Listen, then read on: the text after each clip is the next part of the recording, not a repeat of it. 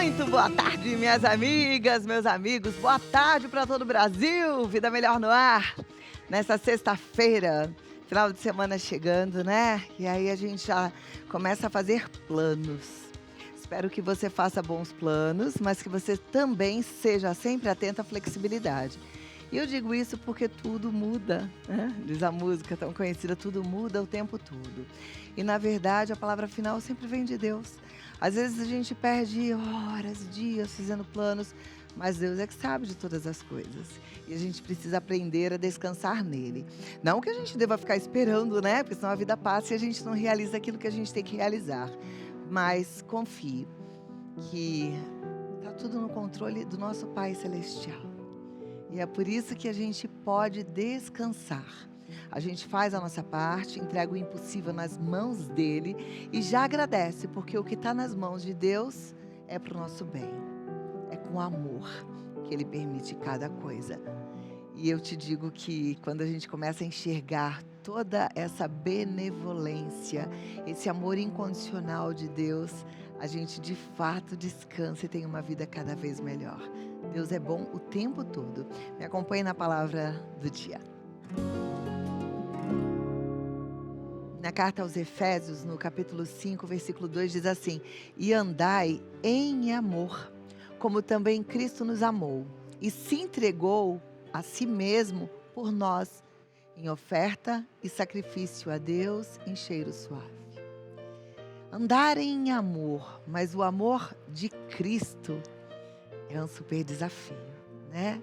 É um amor que tudo sofre, tudo espera, tudo crê, tem sacrifício, tem entrega. E não é só uma sugestão, é uma ordem. E eu acho que essa palavra vem como um chacoalhão, que às vezes a gente vira as costas para quem a gente não deveria virar, fecha os olhos para quem a gente deveria enxergar. Encurta as mãos quando a gente deveria estendê-las. Que a gente possa viver em amor. Aproveite o dia de hoje para amar como Cristo também nos amou. E é nesse amor que a vida fica cada vez melhor, tá bom? Ó, hoje temos muita coisa legal. A gente vai conversar sobre cirurgia refrativa, para você se libertar dos óculos. No artesanato tem uma confecção de uma saia bem carnavalesca, feita com pedrarias. Uma ideia aí para você que gosta das pedras, das miçangas. Na culinária tem bolo de laranja sem lactose. Tem muitas crianças que não podem mais com a lactose, muita gente que é intolerante à lactose. E às vezes comprar um bolinho pronto sem lactose, primeiro, caro, segundo, cheio de conservantes. Então a gente vai aprender o jeito correto, prático e saboroso de fazer esse bolinho. E temos hoje uma roda de conversa com um monte de profissionais, só profissionais de ponta, sobre dificuldades e transtornos de aprendizagem. Fica comigo até 2h30 da tarde, estamos juntinhos aqui pela Rede Vida de televisão, tá certo? E a gente já começa na cozinha. Olha que bolo lindo! Lanchinho especial aí para essa volta às aulas. Bolinho de laranja, gente, que é uma delícia. Seja bem-vinda. Obrigada pelo convite. É tão bom aprender com essa chefe maravilhosa, Silvia Godoy, chefe confeiteira. E ela faz, gente, os bolinhos que toda criança pode comer, não é? Sim. Tudo bem pensado, bem saudável. Sim, bem pensado, livre de conservante, corante, um bolinho caseirinho do início ao fim. Um bolinho muito prático, né? Que as mães podem aí na hora de montar a lancheira, tirar aí do freezer, que a gente vai contar depois, e colocar direto na lancheira. Então, olha só, um produtinho caseiro e muito, muito saudável. E o legal é o seguinte, eu já experimentei, eu acho que todos os sabores que a Silvia faz. Às vezes a gente tem uma criança com, assim, dificuldade de aceitar alguns nutrientes importantes, né? Alguns legumes, alguns vegetais. Ela tem bolinho de beterraba, tem bolinho de vegetais, tem bolinho de batata, Tem bolinho de abóbora, tem. Tudo. É maravilhoso o trabalho dela, tá? E vamos lá para esse bolinho de laranja que vai ser sucesso aí na sua casa. Aliás, eu acho que esse foi o que eu mais gostei, sabia? De laranja? Todos que eu provei. Olha só. Ele é muito gostoso. Que bom. Então vamos começar com os ovos. Tá. Vamos colocar aqui 4 ovos, né? No liquidificador. Vamos colocar o óleo vegetal. e um suco de laranja, só da fruta, tá, Cláudia? Nada de misturar com água. Então, o suco de laranja no liquidificador. Vamos bater.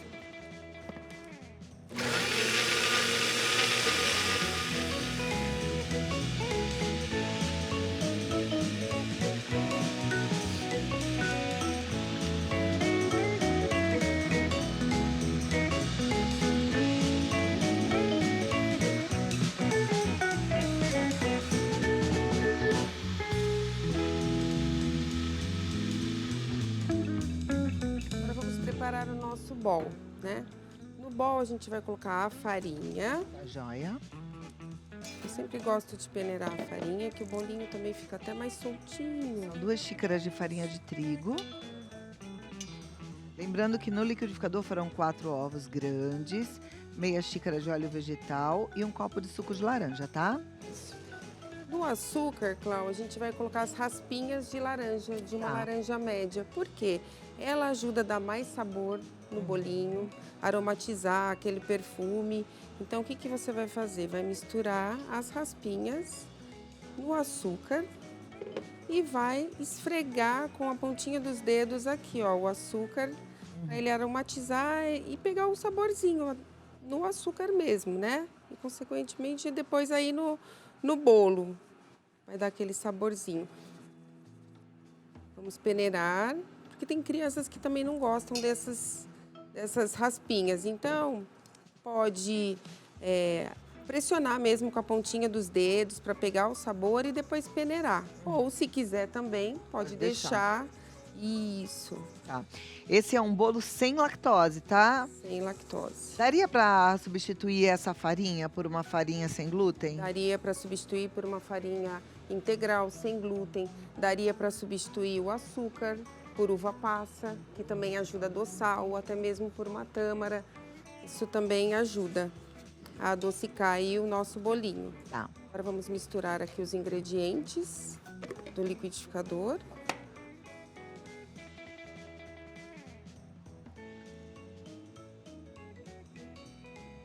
E vamos mexer.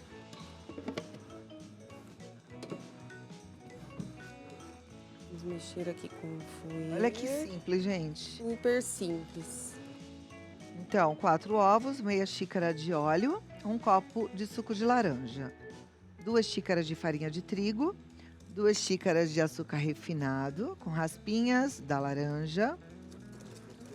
Isso. Aí tá mexendo, para finalizar vai o fermento, né? E o fermento químico. Isso que a gente vai finalizar agora com o fermento químico. Por último, o fermento químico. Olha que simples. Bolinho pronto. Bolinho pronto. Esse bolinho você leva para assar já nas porçõezinhas individuais, pensando na Isso. lancheira da criançada. Exatamente. E aí você congela eles, né? Como é que é Congela. o segredo para congelar? Porque os seus, eles são todos embaladinhos individualmente. Isso, a gente coloca depois de assado e pronto, em um saquinho, sela e congela. A mãe que não tem isso em casa, às vezes até mesmo um saquinho de congelar também dá para dar um nozinho. Aham. Ou até mesmo um potinho também dá para congelar. É muito simples. Então, na hora de consumir, tirou um bolinho do freezer, 30 minutinhos, temperatura ambiente, ele tá pronto. Então é só colocar na lancheira, porque até a hora do lanche já tá pronto. Direto. Agora, gente, eu vi hoje, num desses sites, fala até o nome, lá no AliExpress, não sei se você já comprou lá. Eu vi hoje uma seladorinha que eu tenho, inclusive, na minha casa, que é pequenininha. Sim, sim. Por R$ 12. E elas funcionam, viu? Elas são pequenininhas só para fazer, fechar o saquinho do lanchinho, funciona super bem. Então, dá uma olhada lá que de repente você já resolve essa questão. Eu gosto até para fechar a bolacha, às vezes lá em casa você abre, aí você quer fechar um pacote de Sim. batatinha palha, sabe? Ou até os legumes, né? Também muito legal. Aí você coloca num saquinho, É utilizou. baratinho. Exatamente. Olha só que massa, né? Ó, a massa fica bem homogênea, Linda. bem bonita e bem cheirosa, né? Então, as raspinhas, elas agregam bastante aí, tanto no sabor, quanto aí no perfume que ela vai proporcionar aí para o nosso bolinho. Perfeito. E Silvia, há quanto tempo no forno? 180 graus, 40 minutinhos. 180 graus por 40 minutos. Isso. E para congelar tem que esperar esfriar ou não? Espera esfriar, embala e congela. Tá joia. Exatamente. Pode usar as forminhas, né? Então, tem essas forminhas que são individuais e tem as forminhas que vêm de silicone, que também facilita para colocar todas de uma vez. só. Exatamente. Aquelas forminhas também de cupcake também dá, de papel. Perfeito. Né? Vamos preencher as forminhas. Se você vai fazer de repente para vender, legal fazer sempre com o peso correto, para não ter diferença de um para outro, né?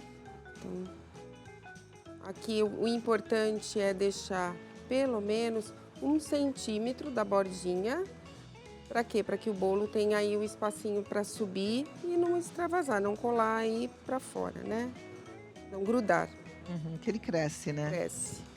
Cresce. Maravilha.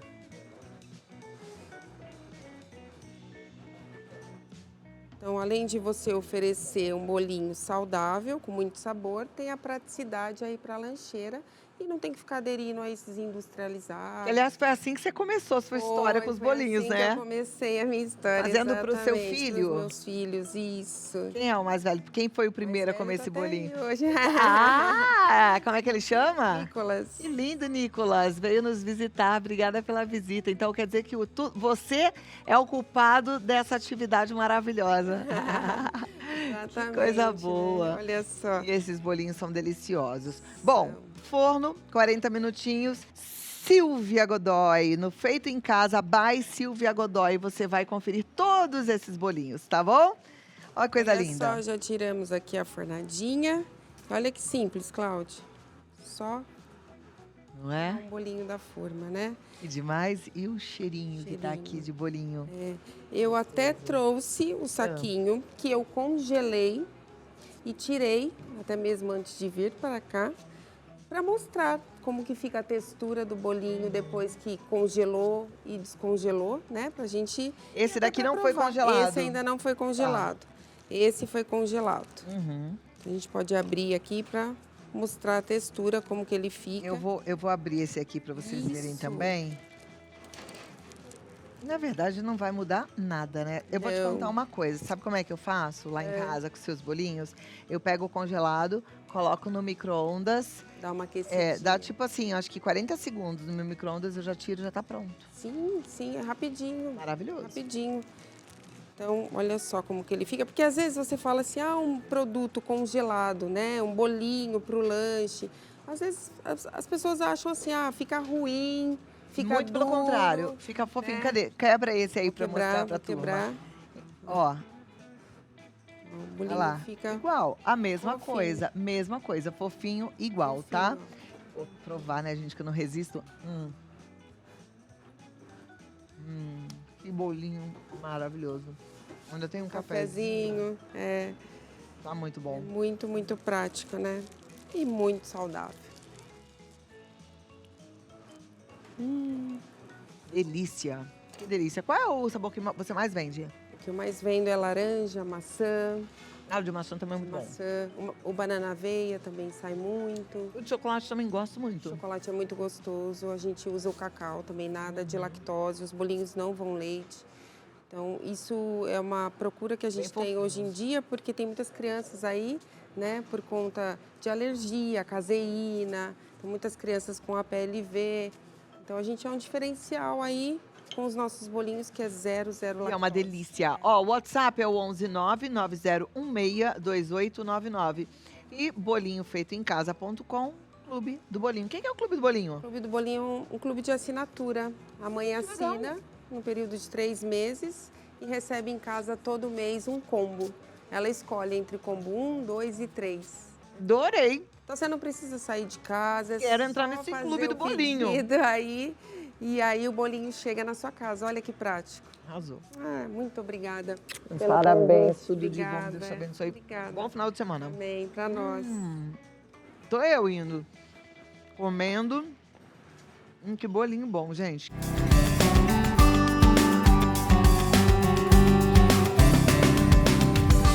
Momento Rede Vida Visita.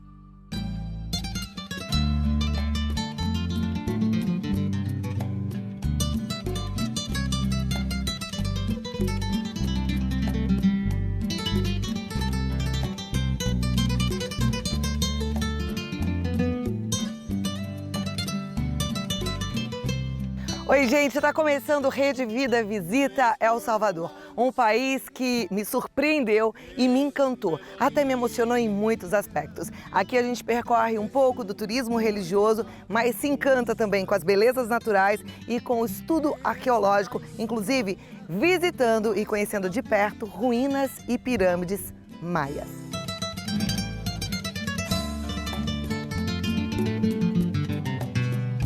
El Salvador é o menor dos 7 países que compõem a América Central Continental.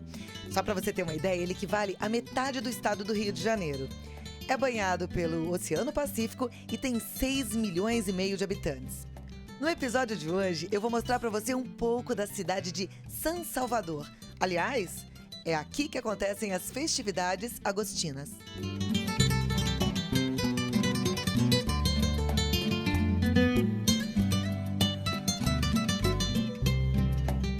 E olha, a gente está na Plaza Barrios, é aqui que fica a Catedral São Salvador, a catedral mais importante de El Salvador, da capital São Salvador. E aqui acontece uma festividade muito linda, sempre entre os dias 1º e 6 de agosto. É a Barrada de Divino Salvador.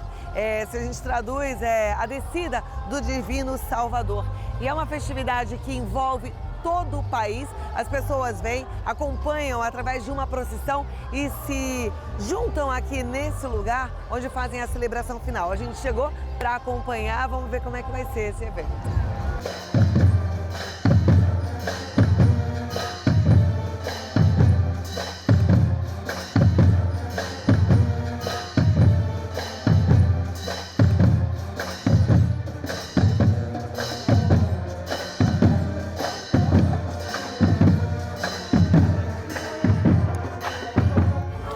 Embaixo de chuva, movida pelo amor, pela alegria desse povo que eu tô aqui hoje. Daqui a pouco, olha, aqui eles vão cruzar essa linha e a procissão chega pertinho da Catedral de El Salvador. E a gente vê a alegria no cântico, nas palmas. Esse momento é único, né? Ah, sim, Isso é especial, eu nunca perco. Mesmo que chova, troveje, eu estou aqui para me encontrar com o Divino Salvador do mundo, porque minha mãe desde pequena sempre me trouxe. Como é que eu vou deixar de fazer isso? muito especial. Sim, é muito especial, porque nesse momento, nós, como salvadorenhos, elevamos a nossa esperança em um Salvador. Salvador. Este é um grande momento. Todos aqui estamos tão entusiasmados porque mesmo chovendo, relampejando, nós estamos aqui como bons católicos que somos. Católicos que somos.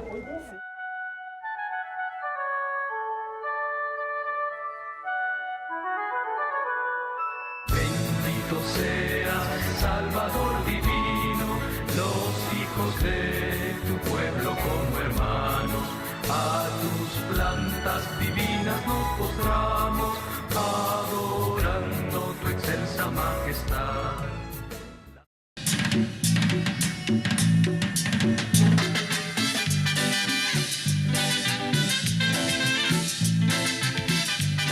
Gente, as festividades de agosto trazem pessoas de todo o país aqui para São Salvador. E aí é claro que, como em todas as festividades, tem as barraquinhas que vendem os brinquedinhos, vendem os recuerdos, né? As lembrancinhas, mas também as comidas. E comidinha típica, comida de rua, aqui ó, você vai encontrar o milho, como no Brasil. Tem aqui a batata frita, fritadeiras enormes e elas descascam, fritam batata o tempo todo. E um churros tão grande, eu nunca vi nada igual. Você vai olhar agora e conhecer como é que é isso. Gordice! É uma festa realmente muito grande. Como eu falei ainda há pouco, atrai o país todo. Durante essa época, no mês de agosto, essas festividades atraem crianças, jovens, os idosos. Eles pensam em tudo. Inclusive, montam um parque de diversão temporário e a criançada se esmalda aqui, tá? Sem contar que todos os representantes da indústria também estão presentes na Consuma, que é o nome dessa grande feira, desse grande evento, expondo suas mercadorias de todos os segmentos.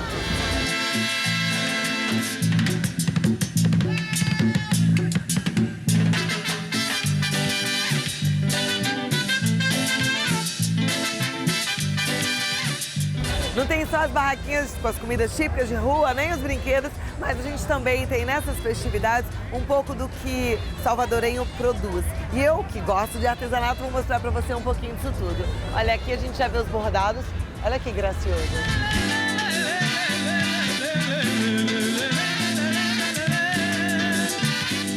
Os chinelinhos, as sandálias, olha, tudo feito à mão, peças muito diferentes. As roupas, as túnicas, as batas e até os vestidos, aqueles típicos salvadorenhos.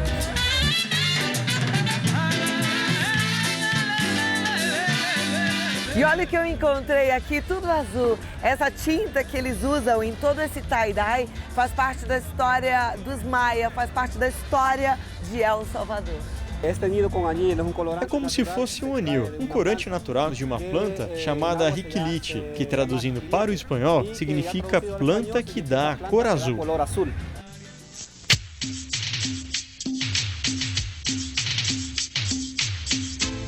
Olá, o que está a ser? É uma maca. Uma maca? É uma rede ele está fazendo. Sim, estamos fazendo uma maca grande como aquela que estou vendo lá. Exacto, como aquella. Sí, este es un proceso que nosotros de San Sebastián nos traemos. Es la cumbia la que manda en mi país, es la cumbia la que manda en mi país, esse ritmo sabrosón del Salvador, esse ritmo sabrosón del... O que chama muito a minha atenção em El Salvador é o quanto esse povo tem orgulho do seu país, das suas criações e dos seus tesouros. Agora, falando em tesouros, eu te mostrei a festividade e a Catedral de San Salvador por fora, né? Mas, gente, é um tesouro por dentro. Vamos lá. Internamente, a Catedral de San Salvador, a principal catedral de El Salvador, é muito linda. A gente tem toda a vida pública de Jesus representada nesses painéis. No teto, a gente também tem uma pintura muito especial, feita por um artista salvadorenho. Só para você ter uma ideia, essa igreja que recebe milhares de visitantes de todo o planeta já recebeu a visita de João Paulo II por 2 vezes. E quando ele esteve aqui, ele ajoelhou-se na cripta, no mausoléu de Beato Romero, rezou e agradeceu a Deus pela vida dele.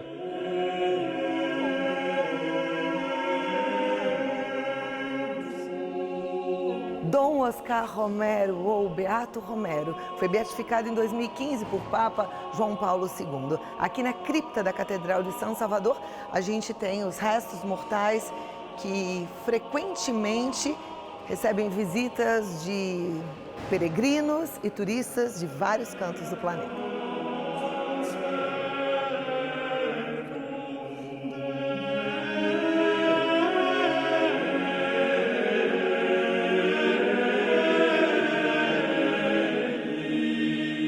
O arcebispo foi assassinado por defender o povo sofredor desse país.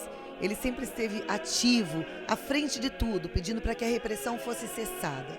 O processo de canonização está em andamento e agora falta apenas a confirmação de um milagre para que o Vaticano o declare santo.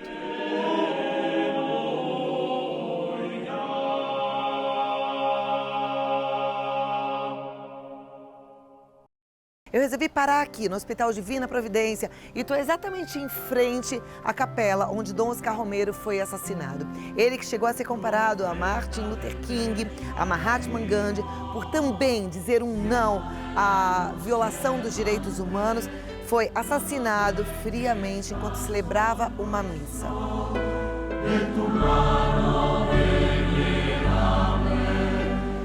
No começo de seu sacerdócio, aqui no Hospital Divina Providência, Oscar Romero viveu nessa casa paroquial e depois ele foi para uma outra que fica mais abaixo, eu vou te levar para lá agora.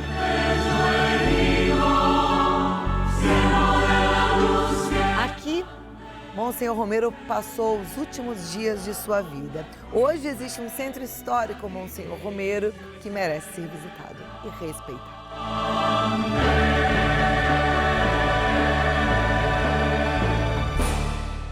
Assim como o Brasil, a região de El Salvador era habitada por índios até ser descoberta e colonizada pelos europeus. Os descendentes dos maias, os índios pipires, viviam aqui até a chegada dos espanhóis em 1524.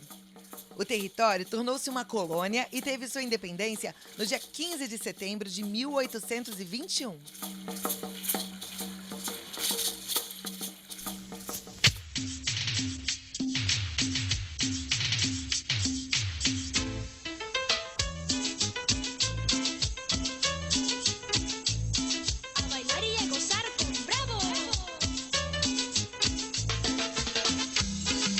E essa é a Praça da Liberdade, uma praça tradicional, ponto forte do turismo de El Salvador. Aqui que fica esse monumento em homenagem aos 100 anos da independência de El Salvador. Nessa praça também que fica a Iglesia del Rosário, uma igreja muito visitada por todos os turistas. Essa praça reúne os salvadorenhos nos finais de semana, aliás, durante a semana também, mas é aquele corre-corre por conta do trabalho. Final de semana, ela significa um ponto de encontro e de diversão para os pequenininhos que ficam atrás dos passarinhos e pombinhas que tem aqui por essa praça.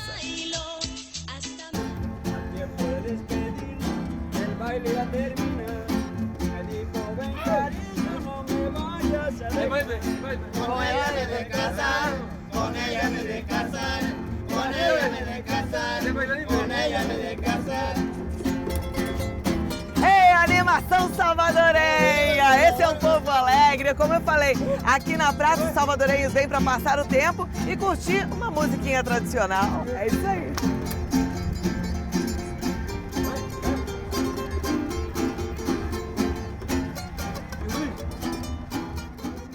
E aqui na Praça da Liberdade, a gente tem a Iglesia del Rosário.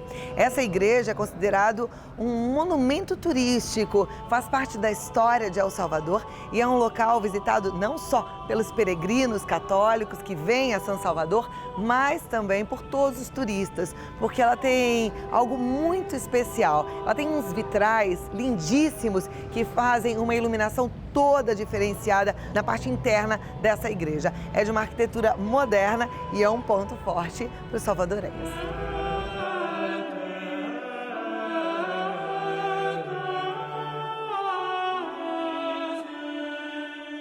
E eu tenho que te falar que a hora que eu entrei nessa igreja, eu entendi o tamanho do orgulho do salvadorenho.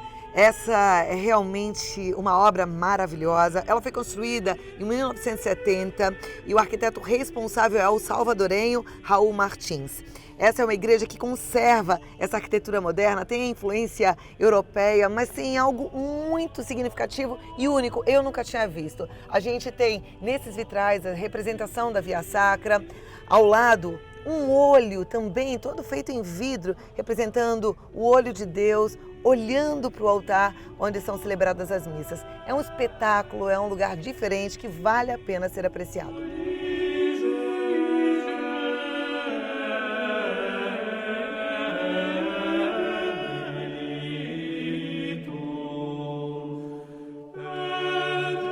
Bom, hoje eu já te mostrei a Catedral Metropolitana de El Salvador. Ela fica numa praça, a praça principal de São Salvador. Aliás, nessa praça também você vai encontrar o Palácio Nacional. Eu agora estou em frente ao Palácio Nacional, que já foi a residência oficial do presidente de El Salvador. Hoje funciona como uma espécie de museu, ele é aberto aos turistas. É bom você checar direitinho o horário que abre, que fecha, para que você possa fazer sua visita interna. Não é todo dia que ele está aberto. É considerado um dos prédios mais majestosos de El Salvador.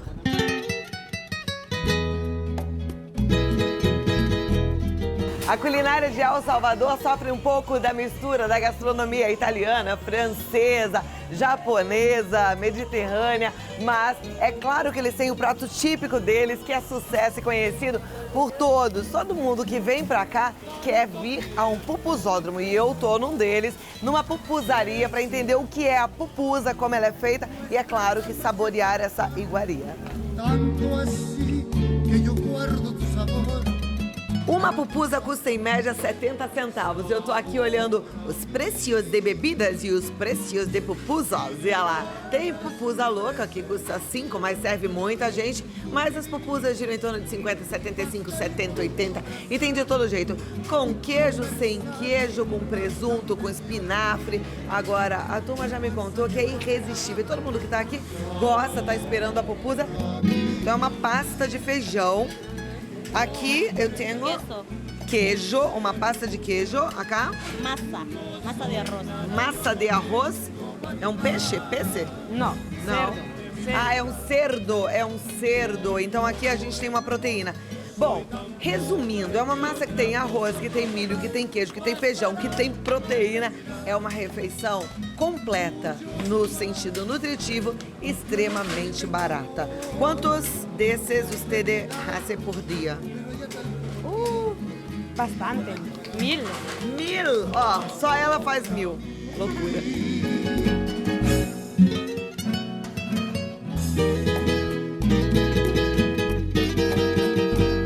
Gente, eu prendi o cabelo porque eu fui convidada por essa querida aqui para aprender a fazer a pupusa. Vamos lá, o que eu tenho que fazer?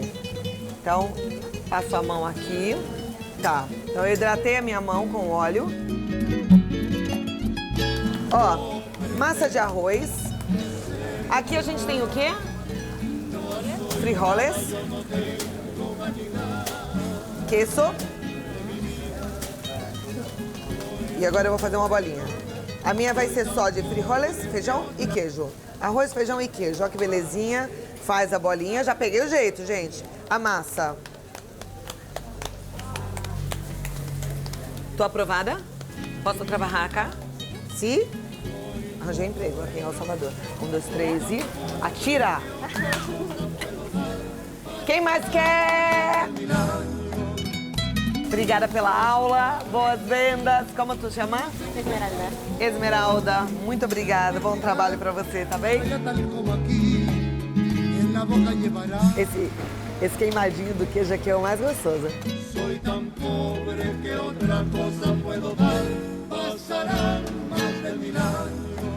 É bom. Muito bom. Yo no sé si tenga amor, la eternidad, pero allá tal como aquí, en la boca llevará.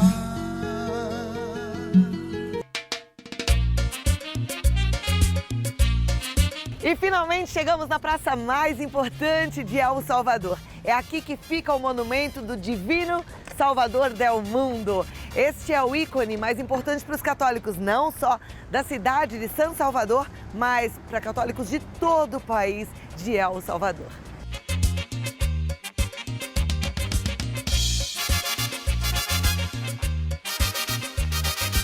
Depois de 2 terremotos, um em 1996, outro em 2001, 12 anos de guerra civil, a gente consegue ver uma El Salvador crescendo.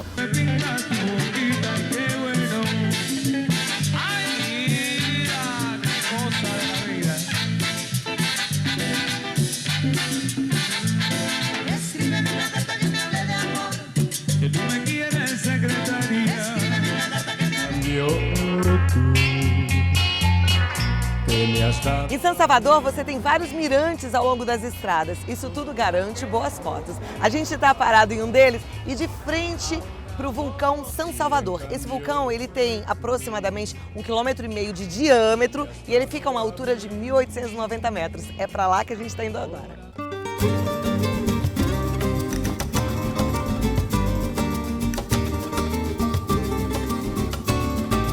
Estamos chegando bem pertinho do vulcão, Parque Nacional El Boqueirão. A gente subiu uma serra e aí de carro, né? Mas agora a gente vai a pé. Já aqui no topo tem as barraquinhas que vendem os regalos, as lembranças, umas coisas super bonitinhas. Ó que raceirinha delicada. Então, vale a pena, né? A gente sempre quer levar uma coisinha. Então, souvenir também tem aqui.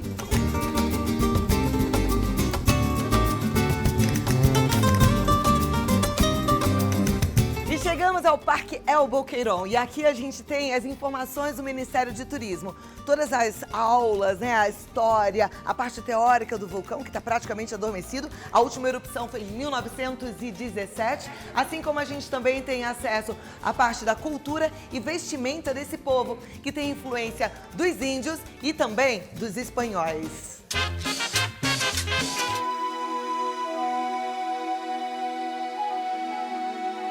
Ó, a gente subiu bastante de carro, como eu falei, mas depois tem uma trilha. Não é muito grande, você não precisa ter um preparo físico para isso. Mas é bom vir preparado. Eu, por exemplo, acho que vim com o sapato errado. É legal colocar um tênis para subir, porque se estiver chovendo ou meio úmido, você se sente mais seguro.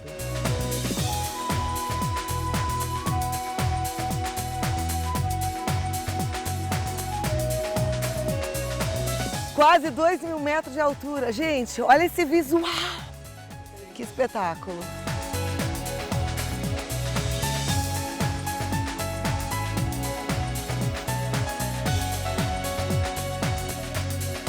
A 2.000 metros de altura, na cratera do vulcão São Salvador. Daqui eu avisto aquele centrinho ali, redondo. Eles dizem que é um vulcão dentro do vulcão São Salvador. Eles chamam de El Bequeroncito.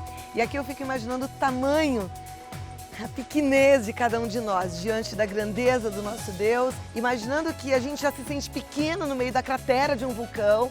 Esse vulcão está dentro do planeta Terra, que é pequeno, diante da imensidão que é o universo.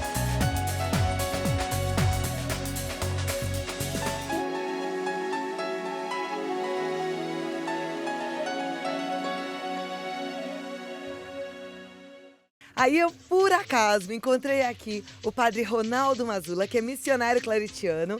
Que honra te encontrar. Eu estava agora observando e encantada, né? Contemplando a grandeza de Deus. Qual foi a sua emoção, padre, de sentir tudo isso? Está dentro da cratera do vulcão. Cláudia, alegria nossa também de encontrar vocês, todo o pessoal da Rede Vida.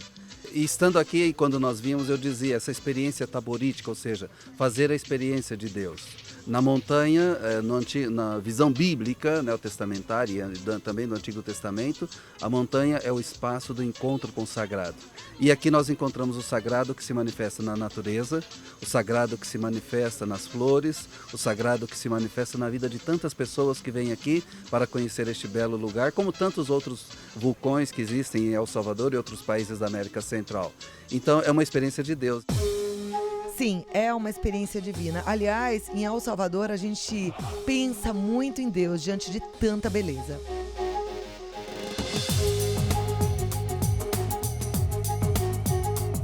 Saímos de San Salvador e pegamos a estrada Pan-Americana. Percorremos 35 minutos de carro por uma estrada linda, rodeada de muito verde. Aliás, o solo aqui em El Salvador é extremamente fértil. A fruta daqui é deliciosa, viu? E chegamos em Joia de Serém, fazendo jus ao nome, uma preciosidade esse lugar. É um sítio arqueológico conhecido como Pompeia da América, porque foi soterrado por diversas camadas de cinzas vulcânicas e preservou aqui com riqueza de detalhes o modo, o estilo de vida dos habitantes daquela época. Já na entrada do sítio arqueológico a gente tem esse museu e aqui, gente, tem tanta peça linda que datam de 2.000 anos atrás. Vale a pena a gente parar aqui e admirar toda a riqueza da cultura maia.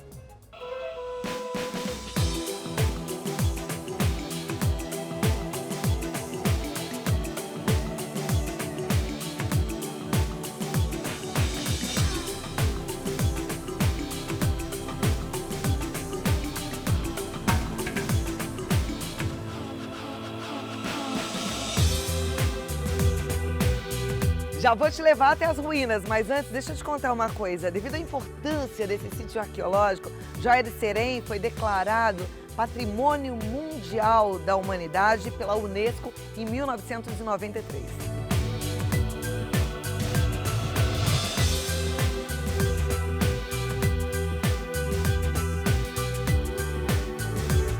Olha, para quem gosta de história da humanidade, Joia de Serém é de fato uma preciosidade. Eu já tive a oportunidade de mostrar aqui, no próprio Rede Vida Visita, muitas ruínas, mas essas aqui me impressionaram. Até porque a gente consegue ter a visão muito clara das 14 camadas de cinzas vulcânicas que preservaram essa construção.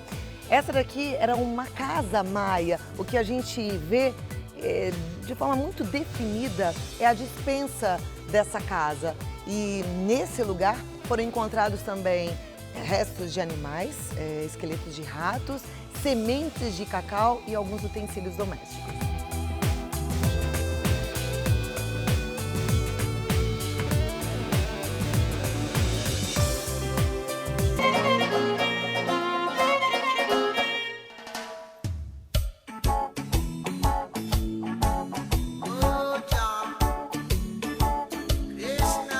La Libertad é a região das praias de El Salvador. A apenas 27 quilômetros da capital, essa região abriga praias encantadoras. E para a prática do surf, elas são simplesmente imperdíveis. Onda atrás de onda. E olha, a água sempre com uma temperatura muito agradável, é mais para quentinha mesmo. E a areia é sempre preta. E o fundo do mar, ele é repleto de pedras. Mas é um lugar seguro para quem gosta de se divertir e pegar boas ondas.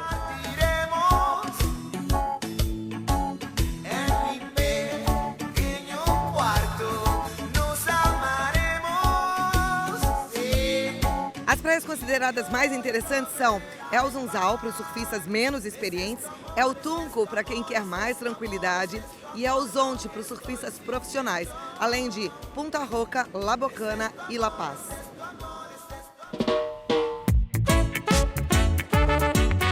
Ó, Renata e Caio, pai e filho, primeira surf trip e escolheram El Salvador, porque eu queria entender.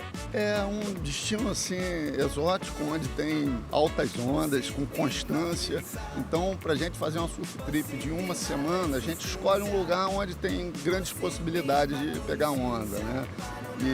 E a gente chega aqui e se surpreende com esse lugar maravilhoso, né? E você, Caio, tá curtindo? Pô, muito. Altas ondas aqui, todo dia. Meu pai, tem que agradecer só. Muito legal.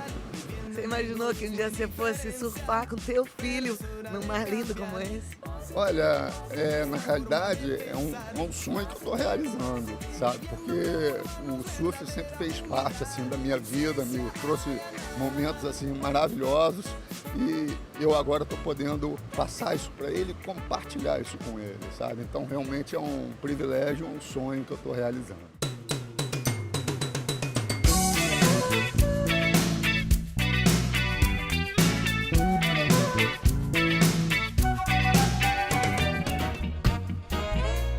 As minhas impressões de El Salvador são as melhores. Eu realmente posso falar que amei esse lugar. E eu tenho certeza que você vai gostar também. Melhor época para visitar El Salvador, entre novembro e abril, porque é a época menos chuvosa, mas é calor o ano inteiro. Quando chove, chove pouquinho também. A moeda oficial é o dólar. Fica fácil para a gente entender o preço das coisas, e diga-se de passagem, é muito bom, e também para a gente fazer o câmbio. Brasileiros não precisam de visto, apenas do passaporte válido, com validade de 6 meses. É importante tomar a vacina da febre amarela. A gente ainda não tem voos diretos, você vai fazer uma pequena escala, mas eu vou lhe falar, esse lugar é muito especial e o povo muito mais acolhedor do que eu imaginava. Eu vou ficar com saudades. Mas te encontro no próximo destino, no próximo Rede Vida Visita. Beijo grande, uma ótima noite e até lá. Tchau, gente. Estás en mi pecho, te quiero, perdóname. Estás en mi pecho, te quiero, perdóname.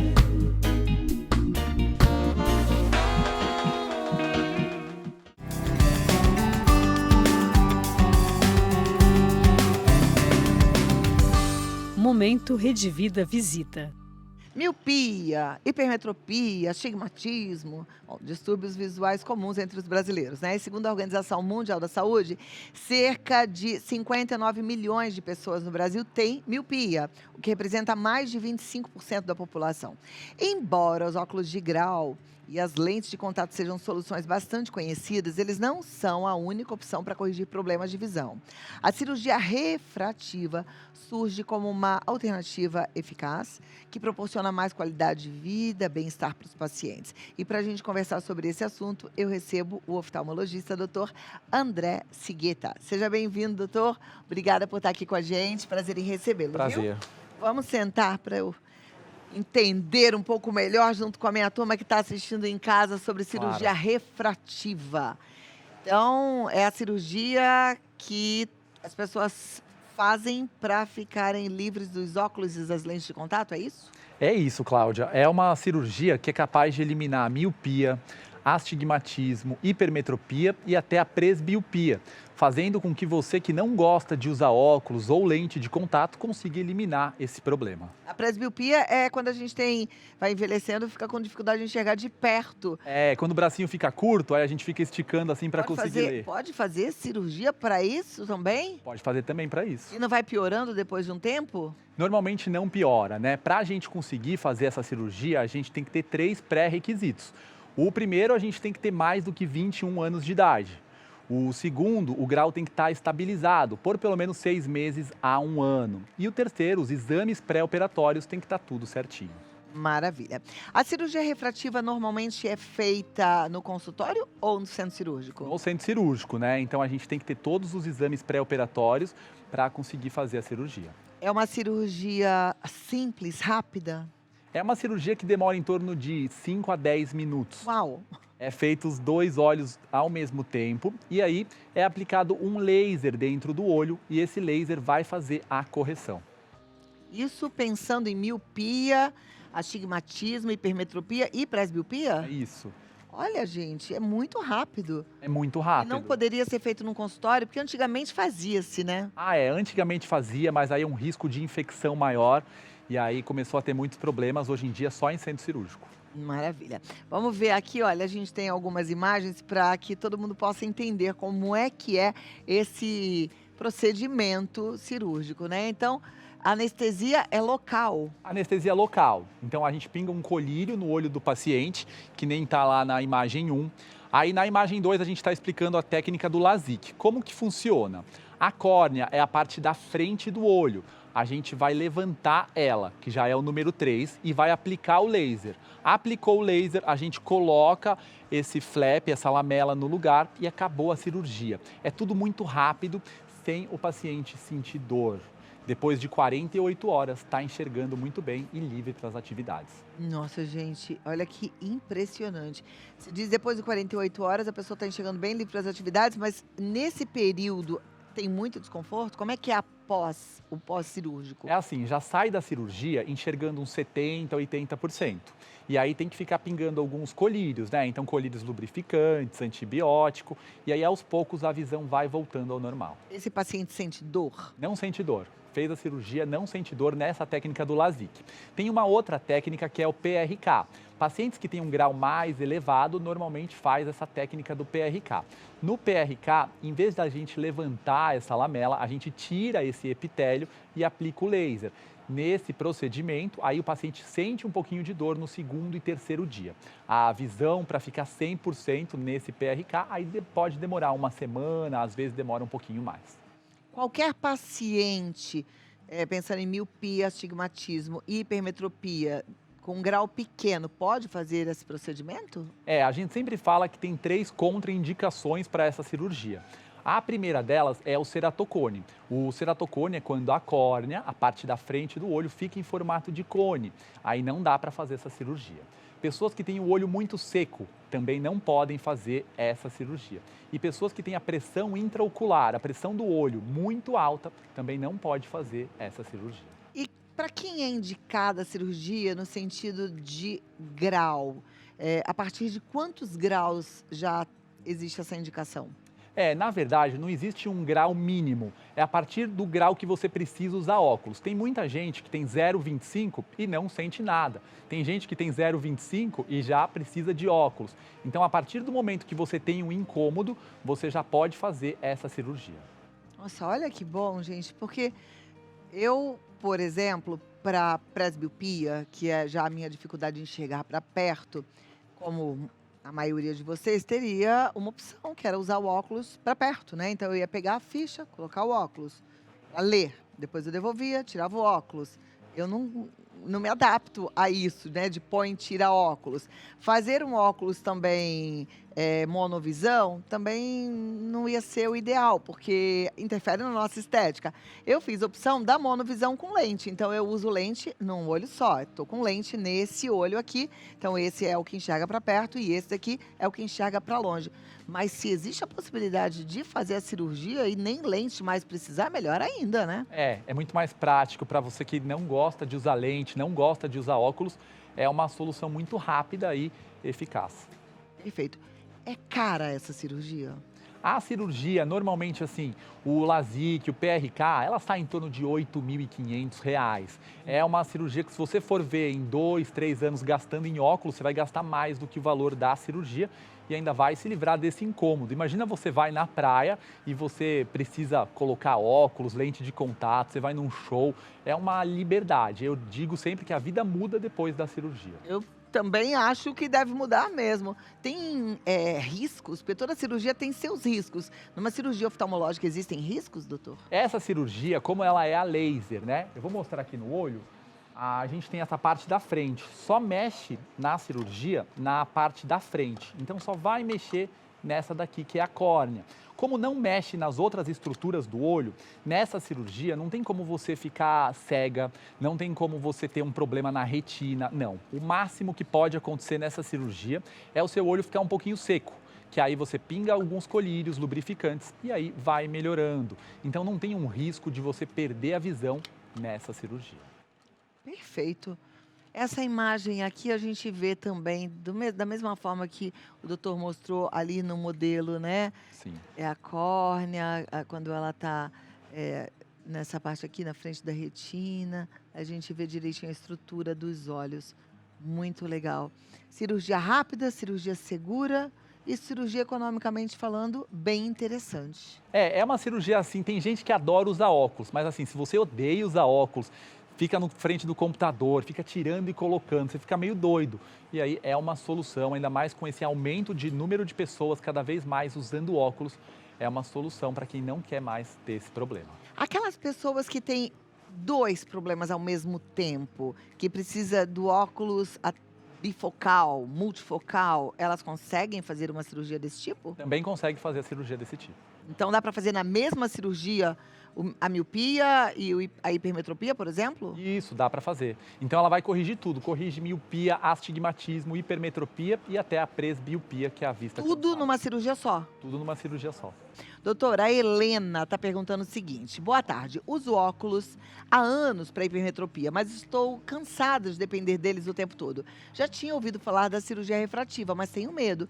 Depois dos 60, ainda posso fazer esse tipo de procedimento? É seguro? Não tem uma idade limite para fazer essa cirurgia. Então, é que nem eu falei, tem que fazer os exames pré-operatórios. Então, se a córnea, né, que é a parte da frente do olho, tiver uma espessura adequada, se o grau tiver estabilizado, a córnea tiver uma curvatura adequada, aí dá para fazer a cirurgia. E os exames preparatórios para a cirurgia são diferentes dos exames preparatórios para um outro tipo de cirurgia, né? Porque não precisa de anestesia geral, nem de sedação, nem de nada. de exame de sangue, não precisa, exame do coração, não precisa. Coagulação? Também não. Precisa só de exames dentro do olho para a gente ver como que está a córnea. Se a córnea estiver saudável e o grau estiver estabilizado, aí dá para fazer a cirurgia. Tranquilo.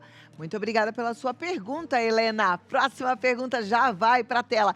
Lembrando que daqui a pouco a gente vai ter uma roda de conversa para a gente conversar e aprender sobre crianças, escola, dificuldade de aprendizagem. Não perca, porque só tem profissional fera hoje aqui no nosso Vida Melhor, tá bom? A Márcia diz: boa tarde, Cláudio e doutor. Boa tarde, Márcia. É verdade que a cirurgia refrativa pode acarretar, em alguns casos, fotofobia? Na verdade, a fotofobia é aquela dificuldade na claridade, né? Então, assim, após a cirurgia, depois de 1, 2 dias, às vezes a claridade pode incomodar. Mas, assim, nada que vai durar, assim, muito tempo. Algo que o olho seco, com colírio lubrificante, vai melhorando e ajuda nesse caso de fotofobia. Obrigada, Márcia. Próxima pergunta, então, na tela. Olha lá, a turma participa mesmo. Rafael diz: me chamo Rafael e sou de Porto Alegre. Um beijo para toda a turma do Rio Grande do Sul. Pergunta ao doutor: existe algum risco de aumentar o grau após anos? Eu tenho um período de estabilidade do grau e... Eu estou num período de estabilidade do grau para fazer a cirurgia. Na verdade, o grau, para ele aumentar... Tem um período de estabilidade do grau para fazer a cirurgia? Acho que é isso que ele está perguntando. O grau ele tem que estar estabilizado. Se não ficar estabilizado, não dá para operar. A gente sabe que quanto maior o grau do paciente, mais vai ser difícil de estabilizar. Graus menores estabilizam mais rápido. O celular, o computador, faz com que o grau demore mais para estabilizar. Então, o ideal, quando o grau estiver estabilizado, aí dá para fazer a cirurgia. Maravilha. Obrigada, Rafael, pela sua pergunta. A próxima pergunta, vamos para a tela. Patrícia Figueiredo. Olá, boa tarde. Trabalho o dia todo no computador e percebi que minha visão está ficando mais embaçada e cansada, principalmente no fim do dia. Pode ser astigmatismo ou tem a ver com esforço visual? Existe alguma forma de aliviar isso? Normalmente, para a gente saber se é astigmatismo ou não, é só indo no consultório mesmo, né? Para a gente fazer os exames. A gente sabe que o computador, o excesso de telas, faz com que possa desenvolver miopia, hipermetropia. Então, nesses casos, é bom fazer o teste da acuidade visual no consultório, fazer alguns exames também para ver se tem astigmatismo ou não. Tá joia. Falando nisso, a gente volta e meia se depara com uma publicação no Instagram mesmo, dizendo que as crianças que consomem as telas, principalmente celular e tablet, elas vão desenvolver problemas nos olhos, né? Miopia, astigmatismo. Isso é verdade? Sim, isso tem muita relação. Por isso que cada vez é mais comum crianças usando óculos. Antigamente não tinha tanto. Hoje em dia, crianças de 2, 3 anos é muito comum usar óculos. Então, eu sempre dou uma dica para os meus pacientes, sempre que for mexer no celular, tenta colocar ele um pouco mais longe. Quanto mais pertinho ele ficar dos seus olhos, mais fica forçando, mais pode aumentar o grau de miopia ou até mesmo desenvolver a miopia. Isso vale para a criança, mas também vale para o adulto? Também, isso daí para qualquer idade, né? Então, assim, a gente sabe que tem que tentar controlar o uso de telas e também tentar sempre colocar mais longe. A joia. A Ana Lopes está dizendo, me chama Ana Lopes. Boa tarde, Ana Lopes. Quem tem a córnea fina pode fazer essa cirurgia? Não. Quem tem a córnea fina não pode fazer essa cirurgia. É como se fosse um dos exames, a gente vai ver a espessura da córnea. Todo mundo que tem uma córnea média ou uma córnea mais espessa, dá para fazer. Agora, córnea fina não pode fazer essa cirurgia. A joia. Obrigada, Ana. Vamos para a próxima pergunta na tela. Ana Maria Nunes. Boa tarde, meu filho fez cirurgia para miopia e teve um ótimo resultado. Uso óculos desde os 20 anos e gostaria de operar, mas agora também tenho dificuldade para enxergar de perto. A cirurgia pode corrigir os dois problemas ao mesmo tempo ou ainda vou precisar de óculos para leitura? Normalmente pode corrigir os dois problemas ao mesmo tempo. Claro, a gente tem que fazer vários exames, mas se tudo estiver de acordo, dá para corrigir tudo. Perfeito. Mão na roda, né? A gente ficar livre de óculos aí, ó que beleza. Ana Maria, muito obrigada pela sua pergunta. Dalila pergunta também. Bom dia, boa tarde, Dalila. Boa tarde, Cláudia e doutor. Preciso fazer uma cirurgia de catarata. É a mesma? Já tive um descolamento de retina. Algum problema? Tenho 69 anos. A cirurgia de catarata já é outro procedimento, porque aí a gente vai mexer dentro do olho. Eu vou mostrar aqui no olho só para a gente entender melhor, tá? A parte aqui do meio do olho a gente chama de cristalino. Essa daqui, quando a gente nasce, é que nem as águas cristalinas, é bem transparente. Com o passar da idade vai ficando meio turvo e a gente chama de catarata. Na cirurgia de catarata a gente tira essa parte do olho e coloca uma lente, como se fosse uma imitação do cristalino. Nessa cirurgia, como ela é mais invasiva, precisa fazer exames de sangue, exames do coração e vários exames dentro do olho. Então é uma cirurgia totalmente diferente da cirurgia refrativa, mas ela é capaz de eliminar o óculos também, tanto de longe quanto de perto. É, porque na cirurgia de catarata as pessoas já colocam aí como se fosse uma lentezinha lá dentro, né? Coloca a lente. Toda cirurgia de catarata tem que ter a lente para a pessoa enxergar melhor. E aí a pessoa já fica boa de tudo. Já sara de tudo, é. Que bom. Maria José Zanin, meu marido tem uma cicatriz na retina. Ele é monocular. Tem como corrigir? Olha, normalmente cicatriz na retina não tem cirurgia. Então, nesse caso, pode ser que no futuro eles inventem alguma coisa, mas por enquanto ainda não dá para fazer nada. Tá joia. Doutor André Sigueta, ele tá no dr.andré.sigueta lá no Instagram, tem mais informações, né? Entre lá para acompanhar, dr.andré.sigueta e o site drandresigueta.com.br. Doutor, muito obrigada. Uma ótima tarde, um bom final de semana para você e para sua família. Obrigado, viu? Obrigada, tudo viu? de bom.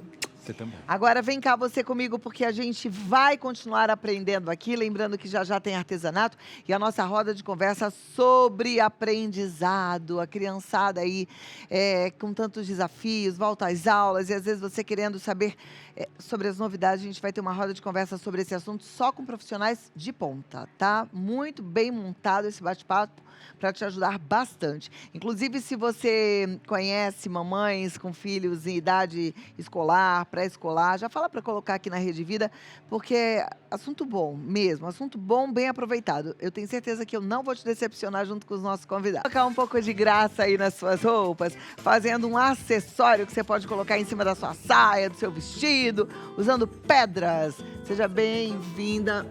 Obrigada por estar aqui. Obrigada. Você já conhece a Anice, né? E ela traz pra gente a possibilidade, sempre ensina coisas com pedras. Então, as bolsas e hoje as fantasias. Sim, eu criei algumas fantasias exatamente para o clima de carnaval.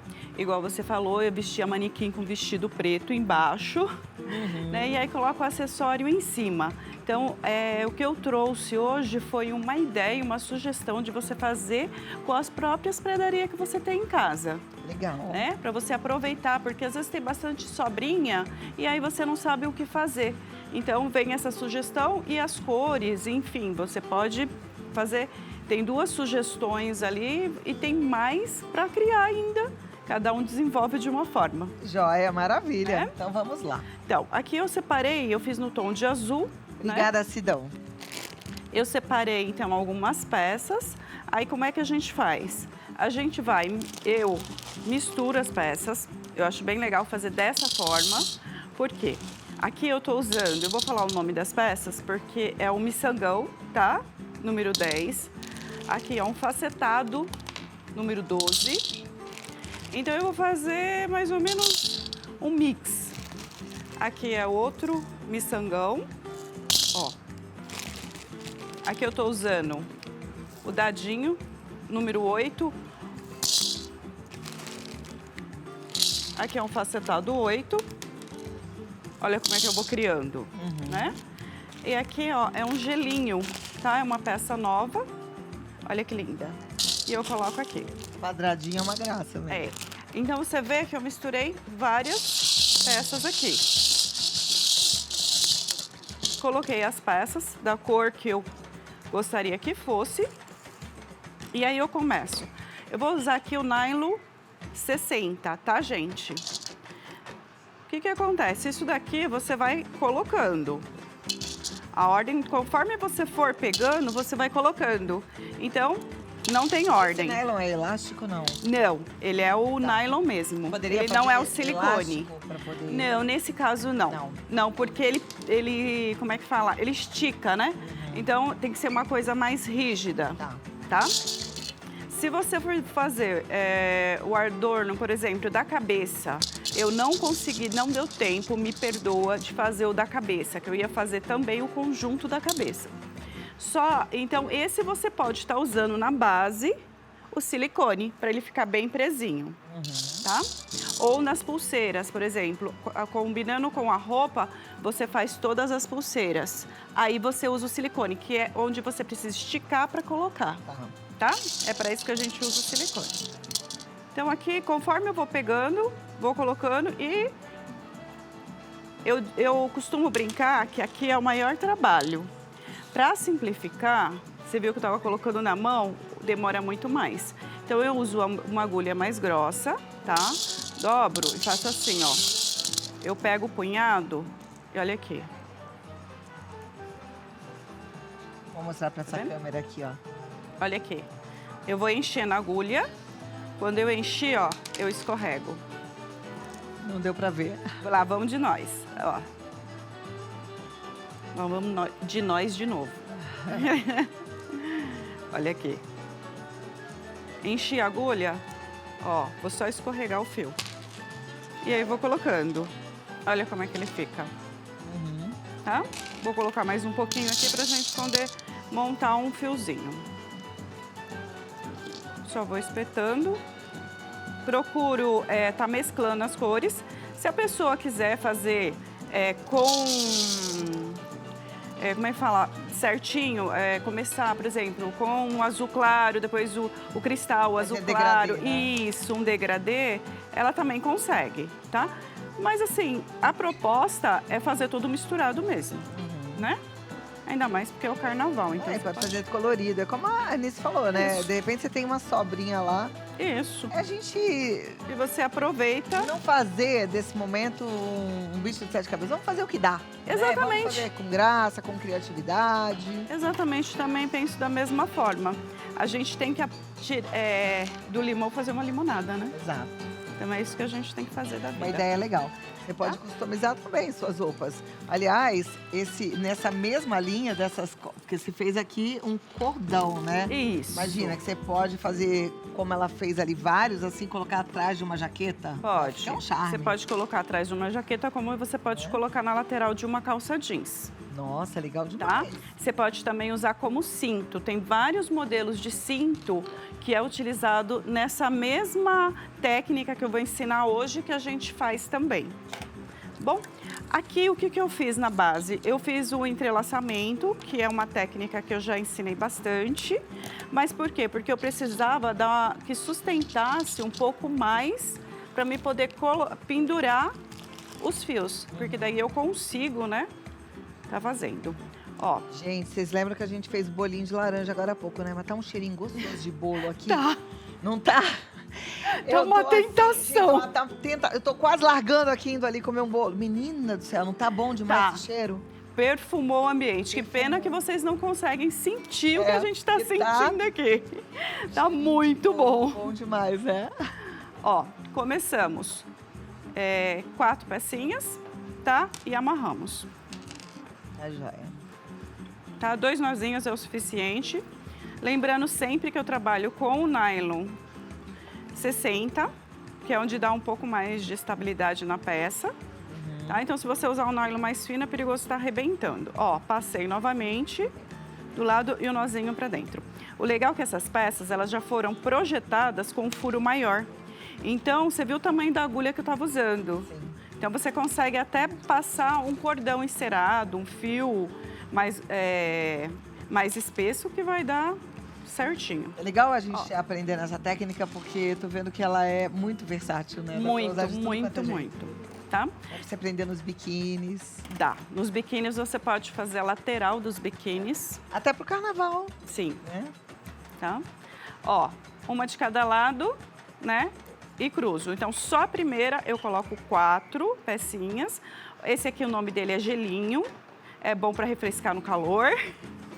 Então, eu coloco 4, amarro. Aí, um de cada lado e cruzo. Tá? Vou fazer nessa sequência do tamanho da minha circunferência. Então, eu vou medir aonde eu quero fazer a minha cintura. Se eu vou fazer um pouquinho mais para baixo, que tem gente que gosta mais no quadril, faz um quadril, tá? Vou dando continuidade. Esse daqui é um ponto coringa. Esse também dá para você fazer com silicone, aproveitando que você perguntou, para pulseira também, tá? Então é um de cada lado. Isso. Aí vai um de cada lado. Um do outro. Um do lado, um do outro. Aí colocou 4. E cruzo. Só o primeiro é 4. Tá. O restante é 3, ó. Ah, tá. Cruzando o terceiro. Isso. Tá?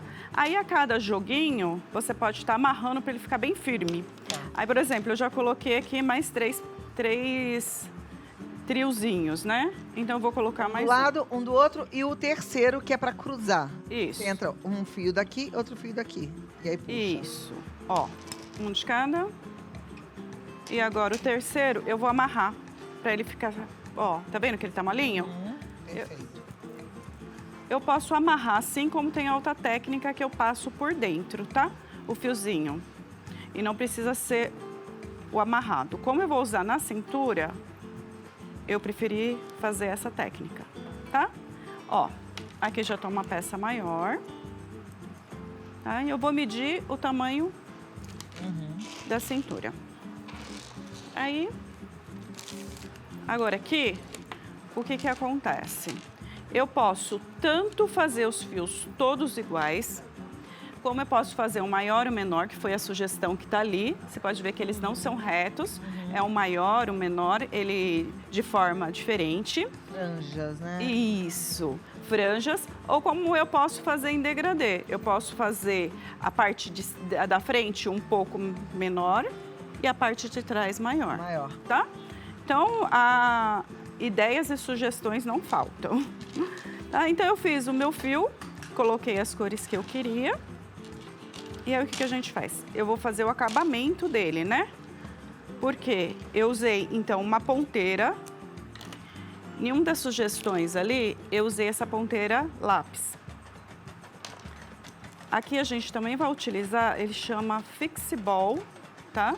Que é para nylon. Esse é diferente do que a gente usa no lustre. O do lustre é para cabo de aço. Esse não, esse daqui, ele é para o nylon. Tem essa diferença. Ó, coloco aqui. Então, primeiro eu coloco o Fixiball. Depois eu coloco... eu acho que ele pulou. Ah, tá aí. Não, ele tá aqui. Que pulou. Eu tô segurando ele aqui. Ó, coloco na ponteira, lápis, tá? E aí eu volto ele aqui dentro, ó. Ver se dá pra câmera pegar direitinho, tá? Coloquei aqui, ó. Eu vou amassar ele. Esse aqui é um alicate jacaré. Quem faz artesanato sempre tem em casa. Tá uma peça coringa. Ó, fixei ele aqui, certo?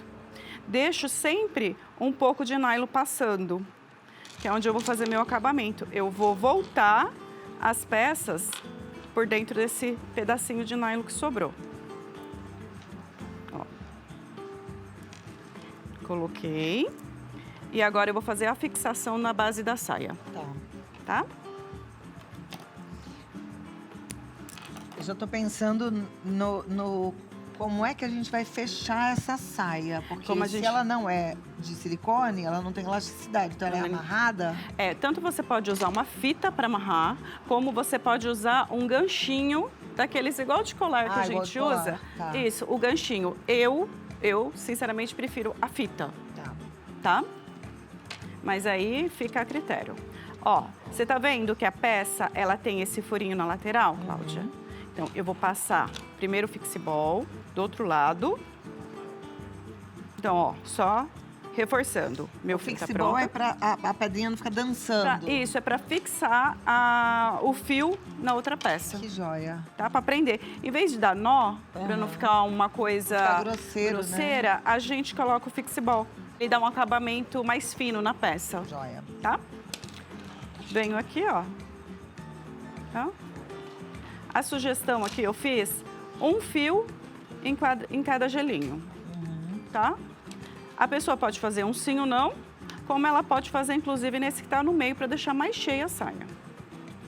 Ó, coloquei de uma ponta no Fixiball também. Uma ponta, passei dentro da peça, coloco no Fixiball, tá? Ó, posiciono ela, puxo, olha aqui. Tá? Deixei certinho a peça, meu fio tá bonitinho, aí eu venho e fixo ele. Eu aperto e fixo ele. Nossa, perfeito, gente. Tá? E aqui é o mesmo esquema. Passa por dentro para dar aquele acabamento. Ó. Tá? Eu gosto de sobrar um pouco mais, porque se eu precisar desmontar ela, por exemplo, eu coloquei um fio que ficou muito comprido. Eu vou ensinar vocês como é que arruma, tá? Ó, certo? Perfeito, maravilha. Só cortar aqui esse pedacinho que sobrou, o pedacinho de baixo e colocar várias que você quiser. Quer tirar o fio? É só apertar aqui, ó, e você quebra o Fixiball e ele tá solto e você consegue reposicionar o seu fio. Gente, muito fácil. Aliás, se você quiser aprender mais com a Anice, você tem curso? Só aqui, a exclusividade sua. Então, você vai ficar ligado aqui. Mas a gente também tem as outras aulas que ela já deu no nosso canal do YouTube, tá bom? Tem muita você pode coisa ir lá. Clá, onde é que eu vou comprar essas peças? Você vai falar com a Anice. Nice_Fila. Nice_Fila. No Facebook é a mesma coisa, Nice Fila. E o WhatsApp dela é o 119 7541 8086. 119 7541 8086. Muito obrigada. Obrigada a você. Nice Fila maravilhosa e até a próxima. Obrigada. Viu? Vamos lá, gente. Quantas possibilidades, né? O artesanato é legal. O artesanato é uma terapia, não é? E aí a ideia é que você coloque as mãos para trabalhar enquanto a cabeça não pensa em nada. Porque às vezes a gente perde tanta energia, se desgasta tanto, caraminholando em coisas que a gente não precisa caraminholar, né? Não andeis ansiosos por coisa alguma, em tudo apresente a sua angústia, a sua aflição aos pés da cruz, já com ação de graças. A gente suplica e agradece. E agradece porque a vontade de Deus é boa, perfeita e agradável para todos que o amam. Se é assim, descanse nele. Eu tenho uma turma tão maravilhosa, são 4 queridos aqui, especialistas em educação. A gente está nesse período de volta às aulas e eu sei que junto com as preocupações com os gastos, com material escolar, matrícula, mensalidade, vem outras preocupações que tiram o sono dos pais, dos responsáveis. Às vezes os responsáveis são os avós, né? Que aí já está vivendo uma outra realidade. As dificuldades, elas aparecem. Lição de casa, como é que eu acompanho, o que eu faço para ficar antenado em relação ao que está sendo ensinado na sala de aula. Tem gente que acha que pode ser simples, mas para muitos responsáveis e papai e mamãe aí é um baita desafio. E olha, tem crianças que apresentam situações muito diversas. Tem gente que tem filhos com desatenção, outros são mais sozinhos, né? Estão afim de brincadeira, tem aqueles que fazem birra. Em alguns casos podem ser uma dificuldade de fato ou um transtorno específico do aprendizado. Uma condição que pode ser momentânea por questões emocionais, nutricionais e até neurológicas, como uma dislexia, um TDAH. E tem outras que a gente vai conversar hoje para saber quando é apenas uma desatenção, uma preguiça, uma má vontade para estudar ou, de fato, um transtorno de aprendizagem. A gente vai conversar para aprender com eles. Eu recebo a neuropsicóloga Natália Malagoni, o psicopedagoga e psicólogo Uriel Sério Lingori, a fonoaudióloga Luciana Casagrande e a pedagoga Vanessa Galvani. Gente, venham todos, vocês são bons demais, só especialistas, só gente fera aqui. Muito bem-vinda, pode escolher o lugar, Uriel, seja bem-vindo. Boa tarde, que bom recebê-los. Muito obrigada. Vamos lá. Vamos conversar aí sobre essa meninadinha, né? Que não é brincadeira, deixa papai e mamãe de cabelo branco, literalmente.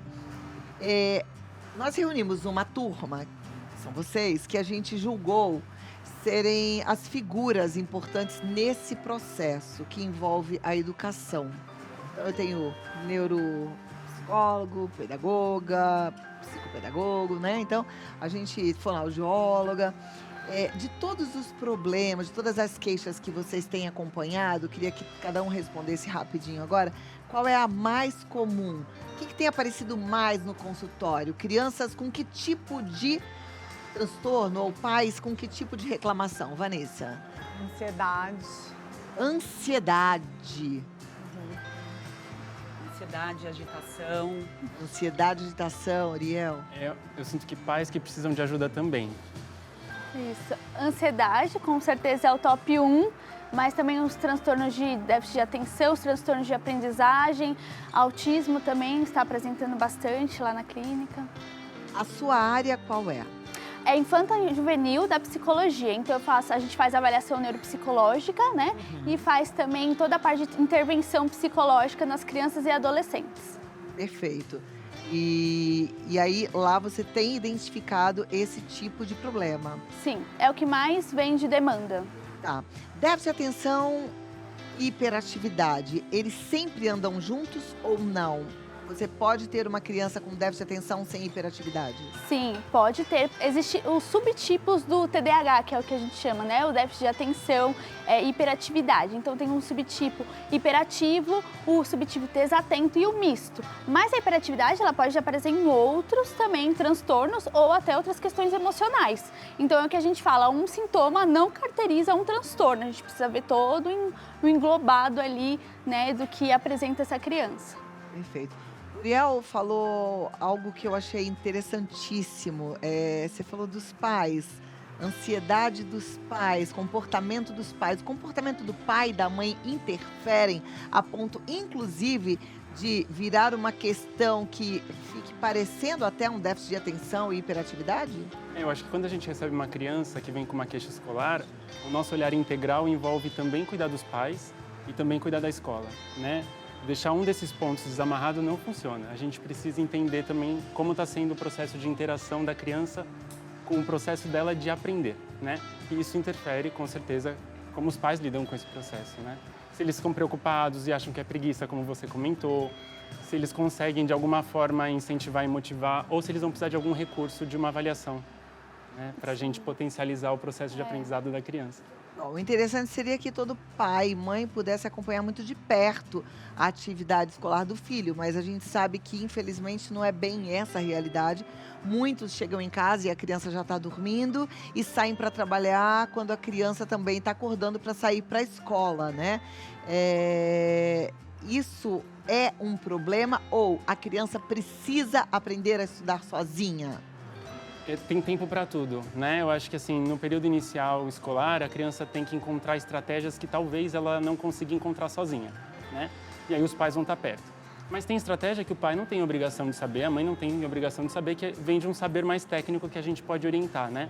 E aí sim, entrando para o ensino médio, é interessante que ela já tenha a fluidez de absorver aquele conhecimento com uma estratégia até dela, né? É uma conquista, né? Agora, a fonoaudióloga, ela entra nisso tudo como parte muito importante, porque déficit de atenção, hiperatividade, essa dificuldade de aprender pode estar ligada a um problema relacionado à fonoaudiologia? Sim, com certeza, porque os transtornos de aprendizagem é um guarda-chuva, né? A gente chama de guarda-chuva. Né? Tem a dislexia e a descalculia. Pode estar comprometido mais a parte da leitura, mais a parte da escrita, né? e a matemática. E dentro desses transtornos, isso impacta, né, na aprendizagem da criança, né? E muito. E ela demora mais para se alfabetizar, inclusive. E não só a dislexia, como os transtornos que não são de aprendizagem, mas impactam muito na aprendizagem da criança, que é o TDAH, é o TEA, a deficiência intelectual. Então, outras que não são específicas impactam no aprendizado. Então, é super importante, porque a gente trabalha todo essa gama de, conjuntamente com os profissionais, É um multiprofissional. Exatamente. E a dislexia, principalmente, né? Precisa do psicopedagogo, da fono, cada um tem a sua área de atuação. E para ajudar, que a criança, às vezes, é diagnosticada, às vezes, com 9 anos de idade, né? Uma criança com dislexia, ela vai fazer um tratamento e vai ter cura ou não? Ela vai ter que ter conduta específica para ela a vida toda? Condutas específicas a vida toda, não tem cura. Igual um TDAH, você trabalha tanto a pessoa que ela minimiza os transtornos. Né? Você minimiza os fatores ambientais. Mas é para sempre. Sim. Vanessa Galvani. Vanessa, sempre que vem aqui, ela fala muito da emoção. E você trouxe aqui que uma das questões que chegam muito frequentemente a você estão relacionadas à ansiedade, né? E a gente tem visto uma geração mais ansiosa, mais imediatista, né? De que forma a emoção interfere em todo esse processo de aprendizagem?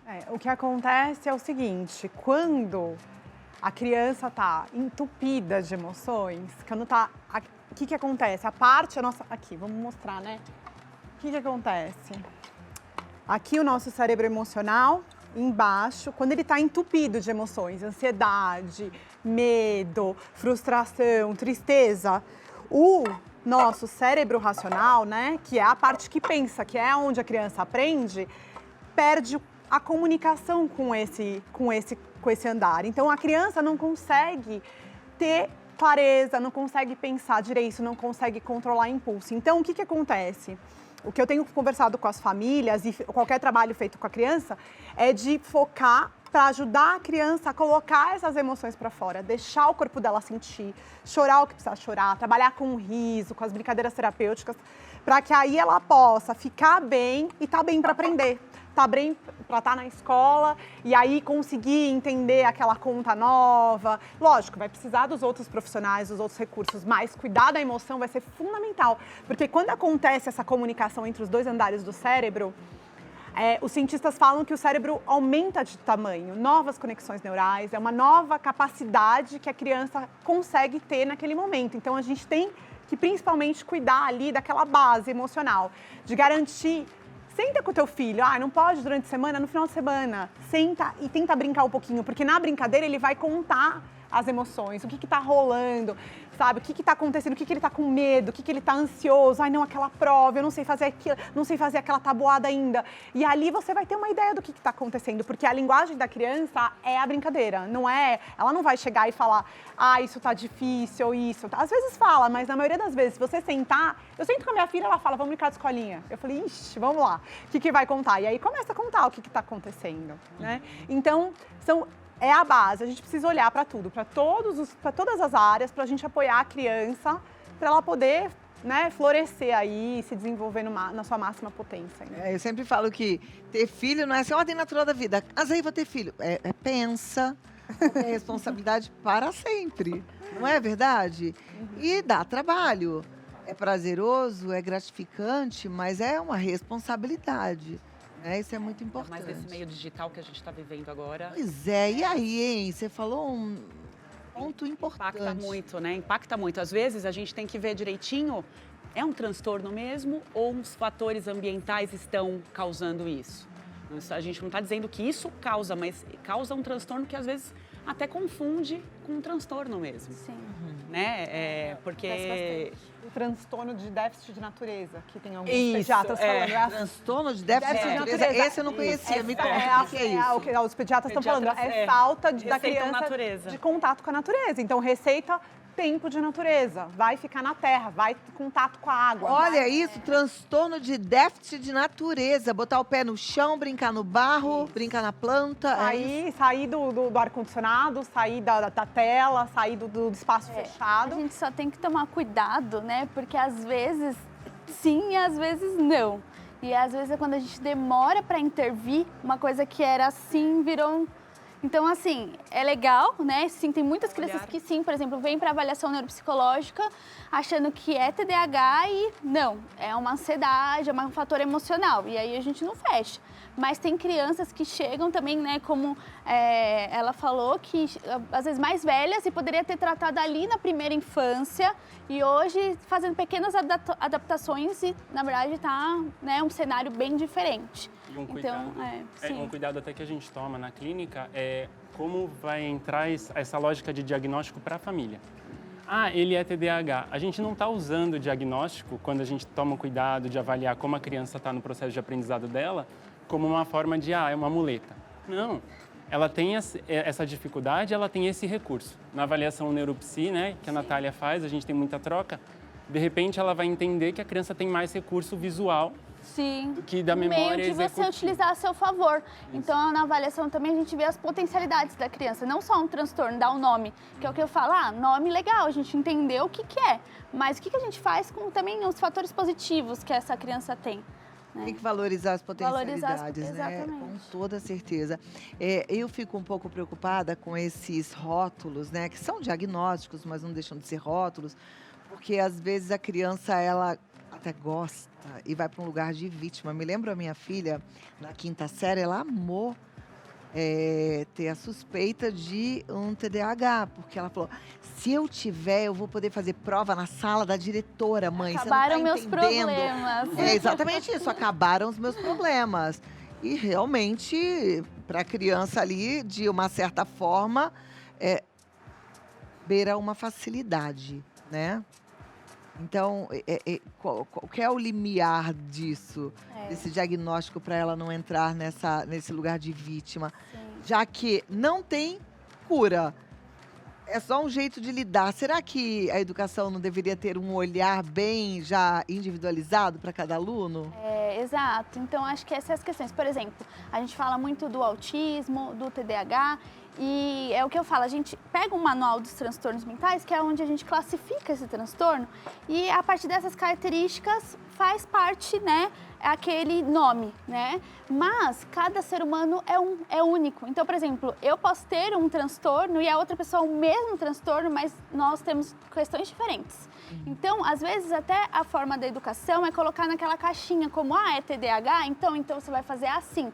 Não, mas o TDAH dela é diferente e às vezes ela não vai precisar de uma prova facilitada. Talvez ela só precisa que grife um pouquinho a necessidade dela, né? Ou que estude um pouquinho mais. Enfim, cada um é único, né?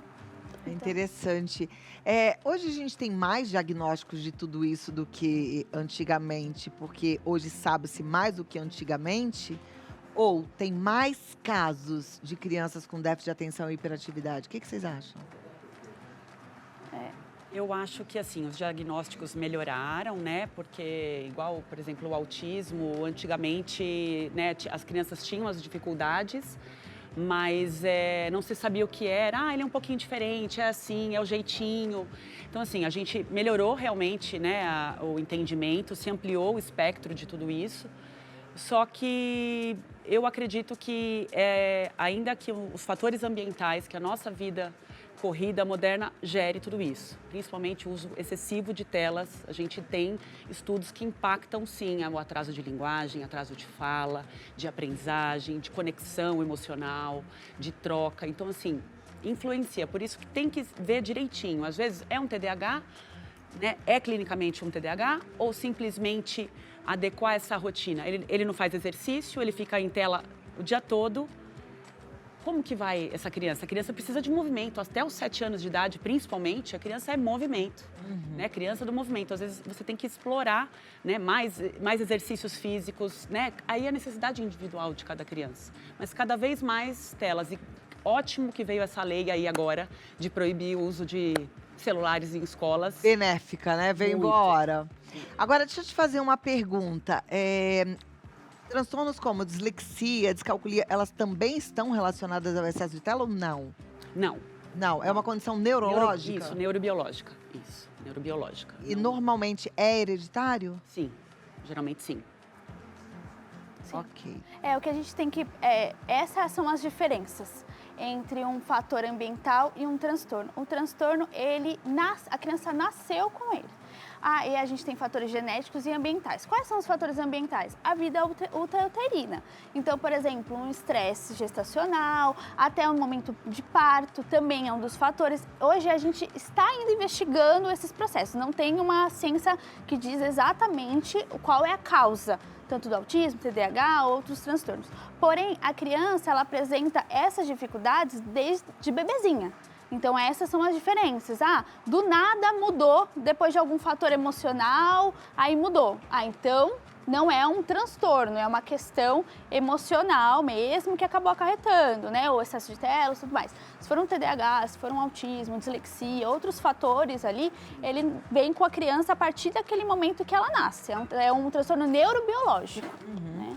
Perfeito. Tem uma questão que as gerações anteriores, às vezes, até julgam em relação ao que está acontecendo agora. E eu queria que a gente retomasse desse ponto.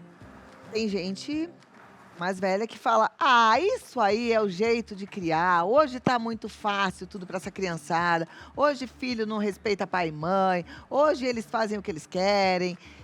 Queria que a gente falasse um pouquinho sobre tudo isso, tá? Sim. Porque a conduta mudou. Inclusive, hoje a gente vê muito a presença da psicologia positiva, né? A Vanessa estava falando agora há pouco sobre a importância de dar voz a essa criança, de entender o sentimento dessa criança, coisa que antigamente nem acontecia. Ao contrário, era engole o choro, senão vai apanhar de novo. Engole o choro. E hoje pelo que a Vanessa falou, chora. Chora e me conta sobre essa emoção. Eu ainda quero um dia fazer uma roda de conversa com alguém daquelas assim, sabe? É que vocês, essa geração, dão muito papo para essa criançada, mas eu vou tentar fazer esse papel. Não é muita conversinha, não, para essas crianças, Vanessa? Eu escuto isso o tempo todo, né? Mas o que eu gosto de falar é o seguinte, tudo tem mudado. A gente sabe, por exemplo, se fumava tantos anos atrás, não sabia os malefícios. Alguns tiveram câncer, tumor, outros não. E a gente sabe que faz mal hoje. É a mesma coisa. Antigamente, bater, colocar de castigo, era considerado normal. Hoje a gente sabe, tem estudos que mostram quanto isso traumatiza e faz mal para as crianças. Então a gente tem que evoluir, né? Então tem gente que fala assim pra mim, mas eu sobrevivi. Mas eu não quero que as minhas filhas sobrevivam, eu quero que elas vivam plenamente. Então, vamos deixar isso fluir, né? Eu sei que não é pra todo mundo, nem todo mundo tem disponibilidade emocional de permitir que a criança se expresse inteiramente. Você não precisa fazer isso o tempo todo, né? Pode ser quando você conseguir, mas lembrar sempre que possível que tá tudo bem e que aquilo... que não tem choro de manha, né? As pessoas falam, mas existe choro de manha? Não tem choro. Choro é fisiológico. É igual fazer xixi. Você não tem como ir lá e querer fazer xixi se você não precisar fazer xixi. Então o choro é natural, precisa sair. Então deixa sair, tá tudo bem. Perfeito. Só tem um risco aí bem grave que eu tô pensando aqui. O quê? Vai diminuir demais o atendimento nos consultórios de psicologia para adultos. Porque essa nossa geração apanhou, engoliu o choro, mas foi tudo parar na terapia.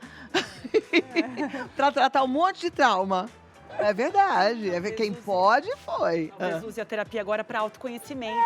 Olha que interessante. Que é o ideal, não é verdade? É o melhor, né? Exatamente. A gente não precisa Mas realmente vai diminuir, né? E tomara que diminua mesmo, porque ressoa-se tanto ainda coisas que a gente viveu na infância, né? Sim. Tem até um outro paralelo dessa pessoa que antigamente poderia falar que é frescura, que eu já vi chegar no consultório avós, o avô ou a avó descobriu que tem dislexia, se identificou com a causa do neto, e aí os dois encaminham isso de uma forma muito única e às vezes até compartilhando certas estratégias na hora de estudar, né? Então, assim, você vê como o diagnóstico pode também trazer um outro lado, dependendo de como a família abraça a própria facilidade ou dificuldade. Deixa eu te pedir para explicar rapidamente o que é dislexia, porque tem gente assistindo agora que fala, mas que é dislexia mesmo?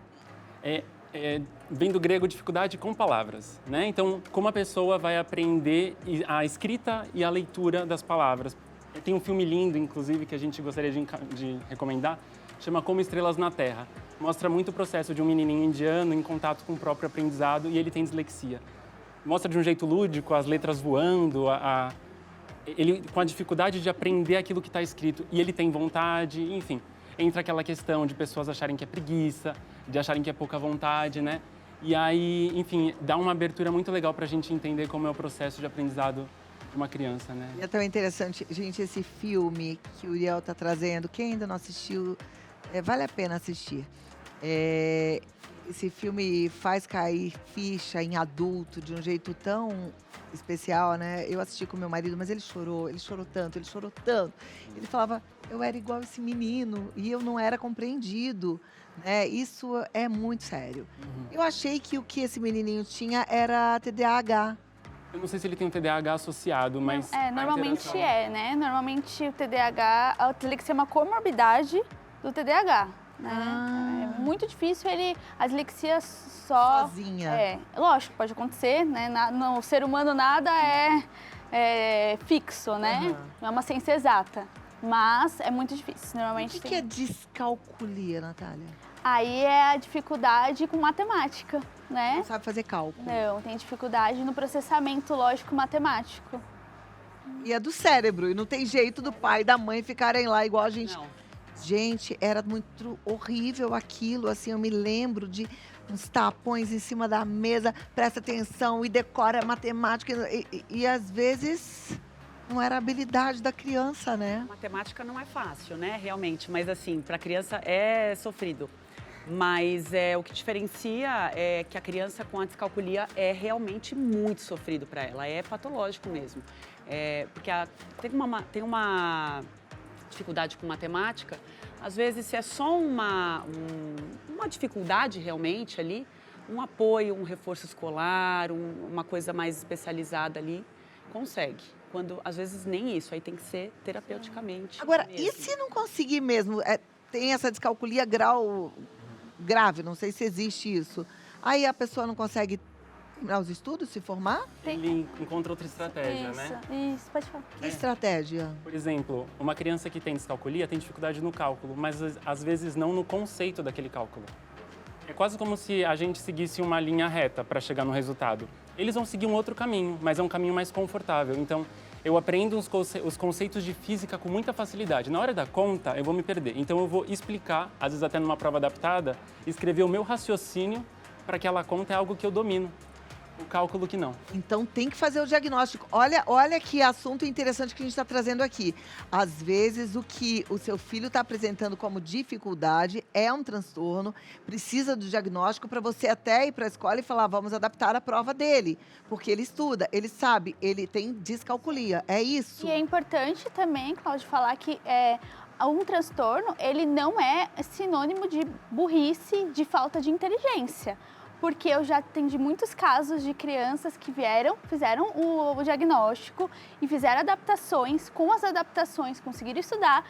E eu tenho vários contatos de profissionais que hoje são profissionais formados em universidades públicas, federais. Então isso não quer dizer nada que ela não tenha uma inteligência. É uma forma diferente ali de processar as informações. Por isso que eu até, às vezes, trouxe um modelinho do cérebro, porque cada um é uma dificuldade cerebral, porém, é uma forma diferente de conexão.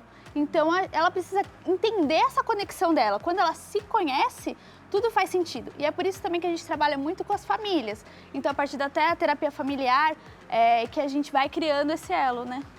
Agora, deixa eu fazer uma pergunta. A rede pública, ela está preparada para receber o diagnóstico de um determinado aluno e ter aí diferenciações nas provas e nas questões escolares?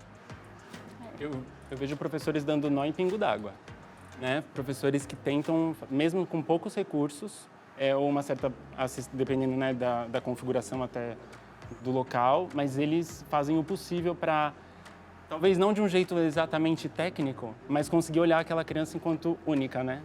Então, tem uma frase, né, que fala, se a criança não aprende do jeito que está sendo ensinada, ensine-a do jeito que ela aprende. Então, os professores da rede pública, isso, fazem nas tripas coração para poder entender esse aluno com menos recursos e menos. Bom. Mas todas as escolas, aí... Eu fico feliz. Ideal. Eu estudava muito com a minha filha com música, porque ela tinha dificuldade de aprender coisas de história, então a gente fazia música, assistia algumas aulas no YouTube que eram cantadas e decorava-se aquela música e para ela fazia sentido. Sim, porque a cria é o que até, querendo ou não, a gente vai se conversando, né, as profissões, mas cria essas conexões positivas. Então, toda vez que a gente tem uma emoção, nós realizamos conexões, né? Então isso ela vai assimilando melhor aquele conteúdo a partir dessas conexões positivas. Por isso é que o pote da emoção tem que estar vazio para poder fazer porque se tá muito entupido aí não consegue, né? Não consegue conectar com emoção nenhuma, porque já não cabe mais emoção naquele tanque ali. E aí a criança fica daquele jeito que tudo é muito difícil, que ela reclama por tudo, que ela chora por tudo, faz igual birra. Criança com sono, sabe que quer, mas tudo tá ruim. E aí quando você consegue ajudá-la a esvaziar, ela, opa, peraí, tá voltando. Aí consegue estar mais atenta. Perfeito. Dificuldades auditivas.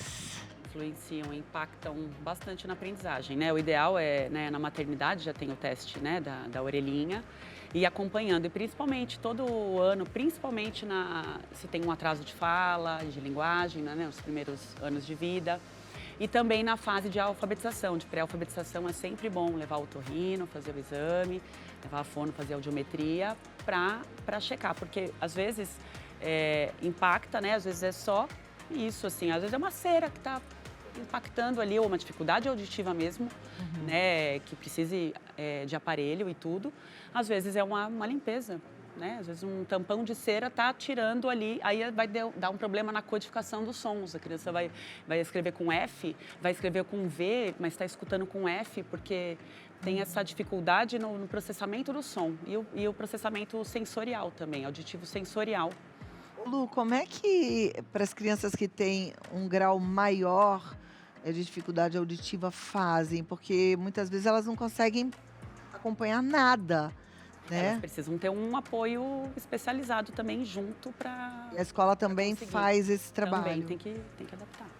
Deveria, né? Deveria, mas aí precisa do diagnóstico, precisa da família ali junto. Vocês estão entendendo que esse bate-papo aqui é para criar um certo alerta para você, que é pai, mãe, vovó. É assim, se o filho está apresentando dificuldade, tem várias possibilidades. Não é tão simples como às vezes a gente parece. Não é como a gente acreditava no passado. Não é necessariamente preguiça, má vontade, birra. Pode ter algo aí que precisa ser diagnosticado para que esse trabalho seja mais individualizado, tá bom? Eu tenho uma dúvida em relação a essa questão de déficit de atenção, hiperatividade, crianças estressadas, ansiosas, vocês falaram de ansiedade. No primeiro momento do programa hoje, a gente recebeu um oftalmologista e ele estava falando que a tela, principalmente muito perto, causa miopia, e tem muita criança sendo diagnosticada com miopia já com 2, 3 aninhos por conta das telas, né? Existe algum tipo de desenho pior que outro? Ou qualquer tela é péssima para criança? Os desenhos que são de canções repetitivos, a gente nunca indica. Canções, tipo assim, musiquinhas infantis? São os piores. É mesmo? Sim. A gente sempre indica que eu achava o máximo. Que coloque na televisão, de preferência, igual quando a gente era mais ou menos antigamente, né? Põe televisão, pode pôr até um Netflix, alguma coisa assim, mas um desenho que tenha começo, meio e fim. Né? Porque esses desenhos curtos, eles são hiperestimulantes, né? Então, além da questão oftalmológica, também tá a estimulação cerebral ali em excessivo. Se a gente for entrar em níveis cerebrais também, excesso de dopamina, hormônio da felicidade. Aí tem muitos casos que isso sempre acontece lá na clínica, que quando tira o celular é um caos, tem choradeira, gritaria, mas é como se a gente estivesse tirando o pirulito da boca da criança, tá? Lá, a dopamina toda, não, dá aqui esse pirulito, como se fosse a mesma coisa. Sabe? Olha, eu te falei assim, com essa perplexidade das musiquinhas, porque no Netflix tem canais só de musiquinha, com todas as musiquinhas infantis, né? Tem a da roda do ônibus em inglês, e eu... pode pôr, mas assim, moderado, né? Monitorar, né? Melhor evitar, melhor mesmo um filme daquele longo. Vamos assim. Excelente, mas que seja cantada junto, para ter essa troca. Para ter a troca, que a criança Sim, eu acho até que estamos vendo juntos, é para ver junto, é para cantar junto, é para conversar, né? Mas é melhor evitar. E descobrir a música como uma forma de interação, como sempre foi, né? Sim. Perfeito. Sabe uma coisa que é legal? Documentário de animais, Discovery, Animals, sei lá, tem esses programas que mostra a baleia no fundo do mar. E também, porque é devagar, né? Tudo que tem baixo estímulo. Então, tem poucas cores, onde os personagens se movimentam devagar. Isso tudo, né, diminui o estímulo do cérebro. Então, tudo que for mais tranquilo para a criança vai ser melhor. E tela só depois dos 2 anos. É o recomendado só depois pela dos 2 OMS. anos. Pelo menos. Pelo menos, né? Aí depois dos 2 anos apresentou, eles querem, né? Aí segura. Tem que segurar. Eu queria uma consideração final de cada um de vocês, que a gente está chegando ao fim. Lembrando que tem muito pai e mãe numa ansiedade tremenda, né? Porque as aulas começaram. E aí, Natália? Sim. Primeiro, passar segurança. Eu acho que é um trabalho que a gente faz muito multi, né? Então, passar segurança para a criança se sentir segura naquele processo, desconectar da casa, que é um ambiente acolhedor, para uma escola que exige questões, é um desafiador mesmo, é comum que aconteça. E aí, nesse momento, também olhar para aquela criança, o que ela está precisando, quais são as questões que estão apresentando. A escola é o meio social da criança, então é onde ela vai apresentar os desafios, as potencialidades, onde ela vai fazer amigos e também mostrar aí os seus desafios. Então é importante também ter essa conexão com a professora, entender quais são as questões que estão acontecendo, para juntos traçar aí umas estratégias, né? Obrigada, Uriel. Eu acho que todos os adultos têm que estar abertos a entender como a criança faz a aquisição daquele conhecimento, né? E isso envolve entender a história e o processo de aprendizado dela. Então, por exemplo, essa questão de tela, esteja atento também vocês, pais, avós responsáveis, como é para vocês também entrar em conflito com o filho, porque a gente sabe que não é fácil, né? Às vezes precisa de um fortalecimento, às vezes precisa até entender que se a criança está se manifestando de uma forma muito revoltada, ela não está fazendo de um jeito como se ela escolhesse estar assim só, né? Se ela soubesse um jeito mais fácil de comunicar isso, ela ia estar fazendo. Então, esse olhar integral. Perfeito. Com certeza, porque não existe preguiça, né? Nem para falar, nem para aprender. A criança está sedenta por conexão, por aprendizagem. Então, ele é preguiçoso, é isso. Não, olhar atento mesmo, entender o seu filho e buscar ajuda, né? A conexão com a professora, a interação com a escola e ver o que está acontecendo mesmo. Não é só preguiça. Pode ser uma leve dificuldade, mas pode ser um transtorno realmente. E aí essa criança vai sofrer e aí quanto mais vai passando, vão acumulando dificuldades e aí quando você vê já está uma bola de neve e é muito mais difícil. Então, um olhar atento desde sempre. Vanessa. Conexão primeiro, né? Então, antes de fazer a lição de casa, tá vendo que a criança tá ali tendo uma dificuldade? Conecta, para tudo, faz uma brincadeira. Uma brincadeira terapêutica que eu adoro fazer é vamos destruir a lição de casa. Você pega um papel de sulfite, finge que é a lição de casa e... lição de casa! Joga, coloca no alarme, 5 minutos. Faz guerrinha, pisa, rasga, aí a criança extravasa toda a tensão que ela tem de tipo, que saco que eu vou ter que fazer isso. E aí todo mundo ri junto, todo mundo se conecta, o cérebro integra, maior a chance dela conseguir sentar lá e fazer aquilo. Então isso é fundamental. E a última dica é, a gente precisa cuidar da nossa caixinha.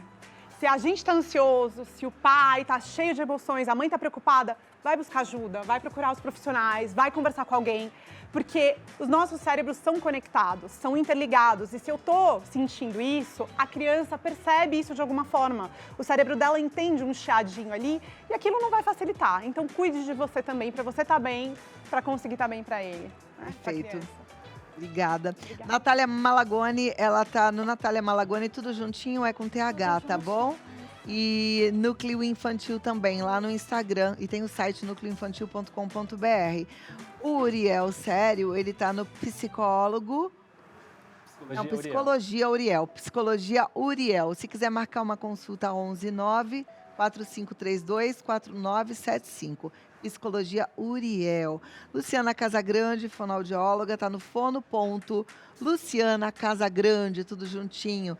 Se quiser marcar consulta, 11 9810 2044. E Vanessa Galvani, no Vanessa Galvani Oficial, o site vanessagalvani.com.br. Deus abençoe, um lindo final de semana para vocês e até a próxima, tá bom? Foi muito bom. E para vocês, meus amores, muito obrigada pela companhia, muito obrigada pelo carinho. Segunda-feira eu tô de volta com mais Vida Melhor. Deus te abençoe da cabeça aos pés. Desculpa, hoje não deu para mandar os beijos, mas segunda eu mando todos, tá? Segura na mão de Deus e vai, até lá. Segura.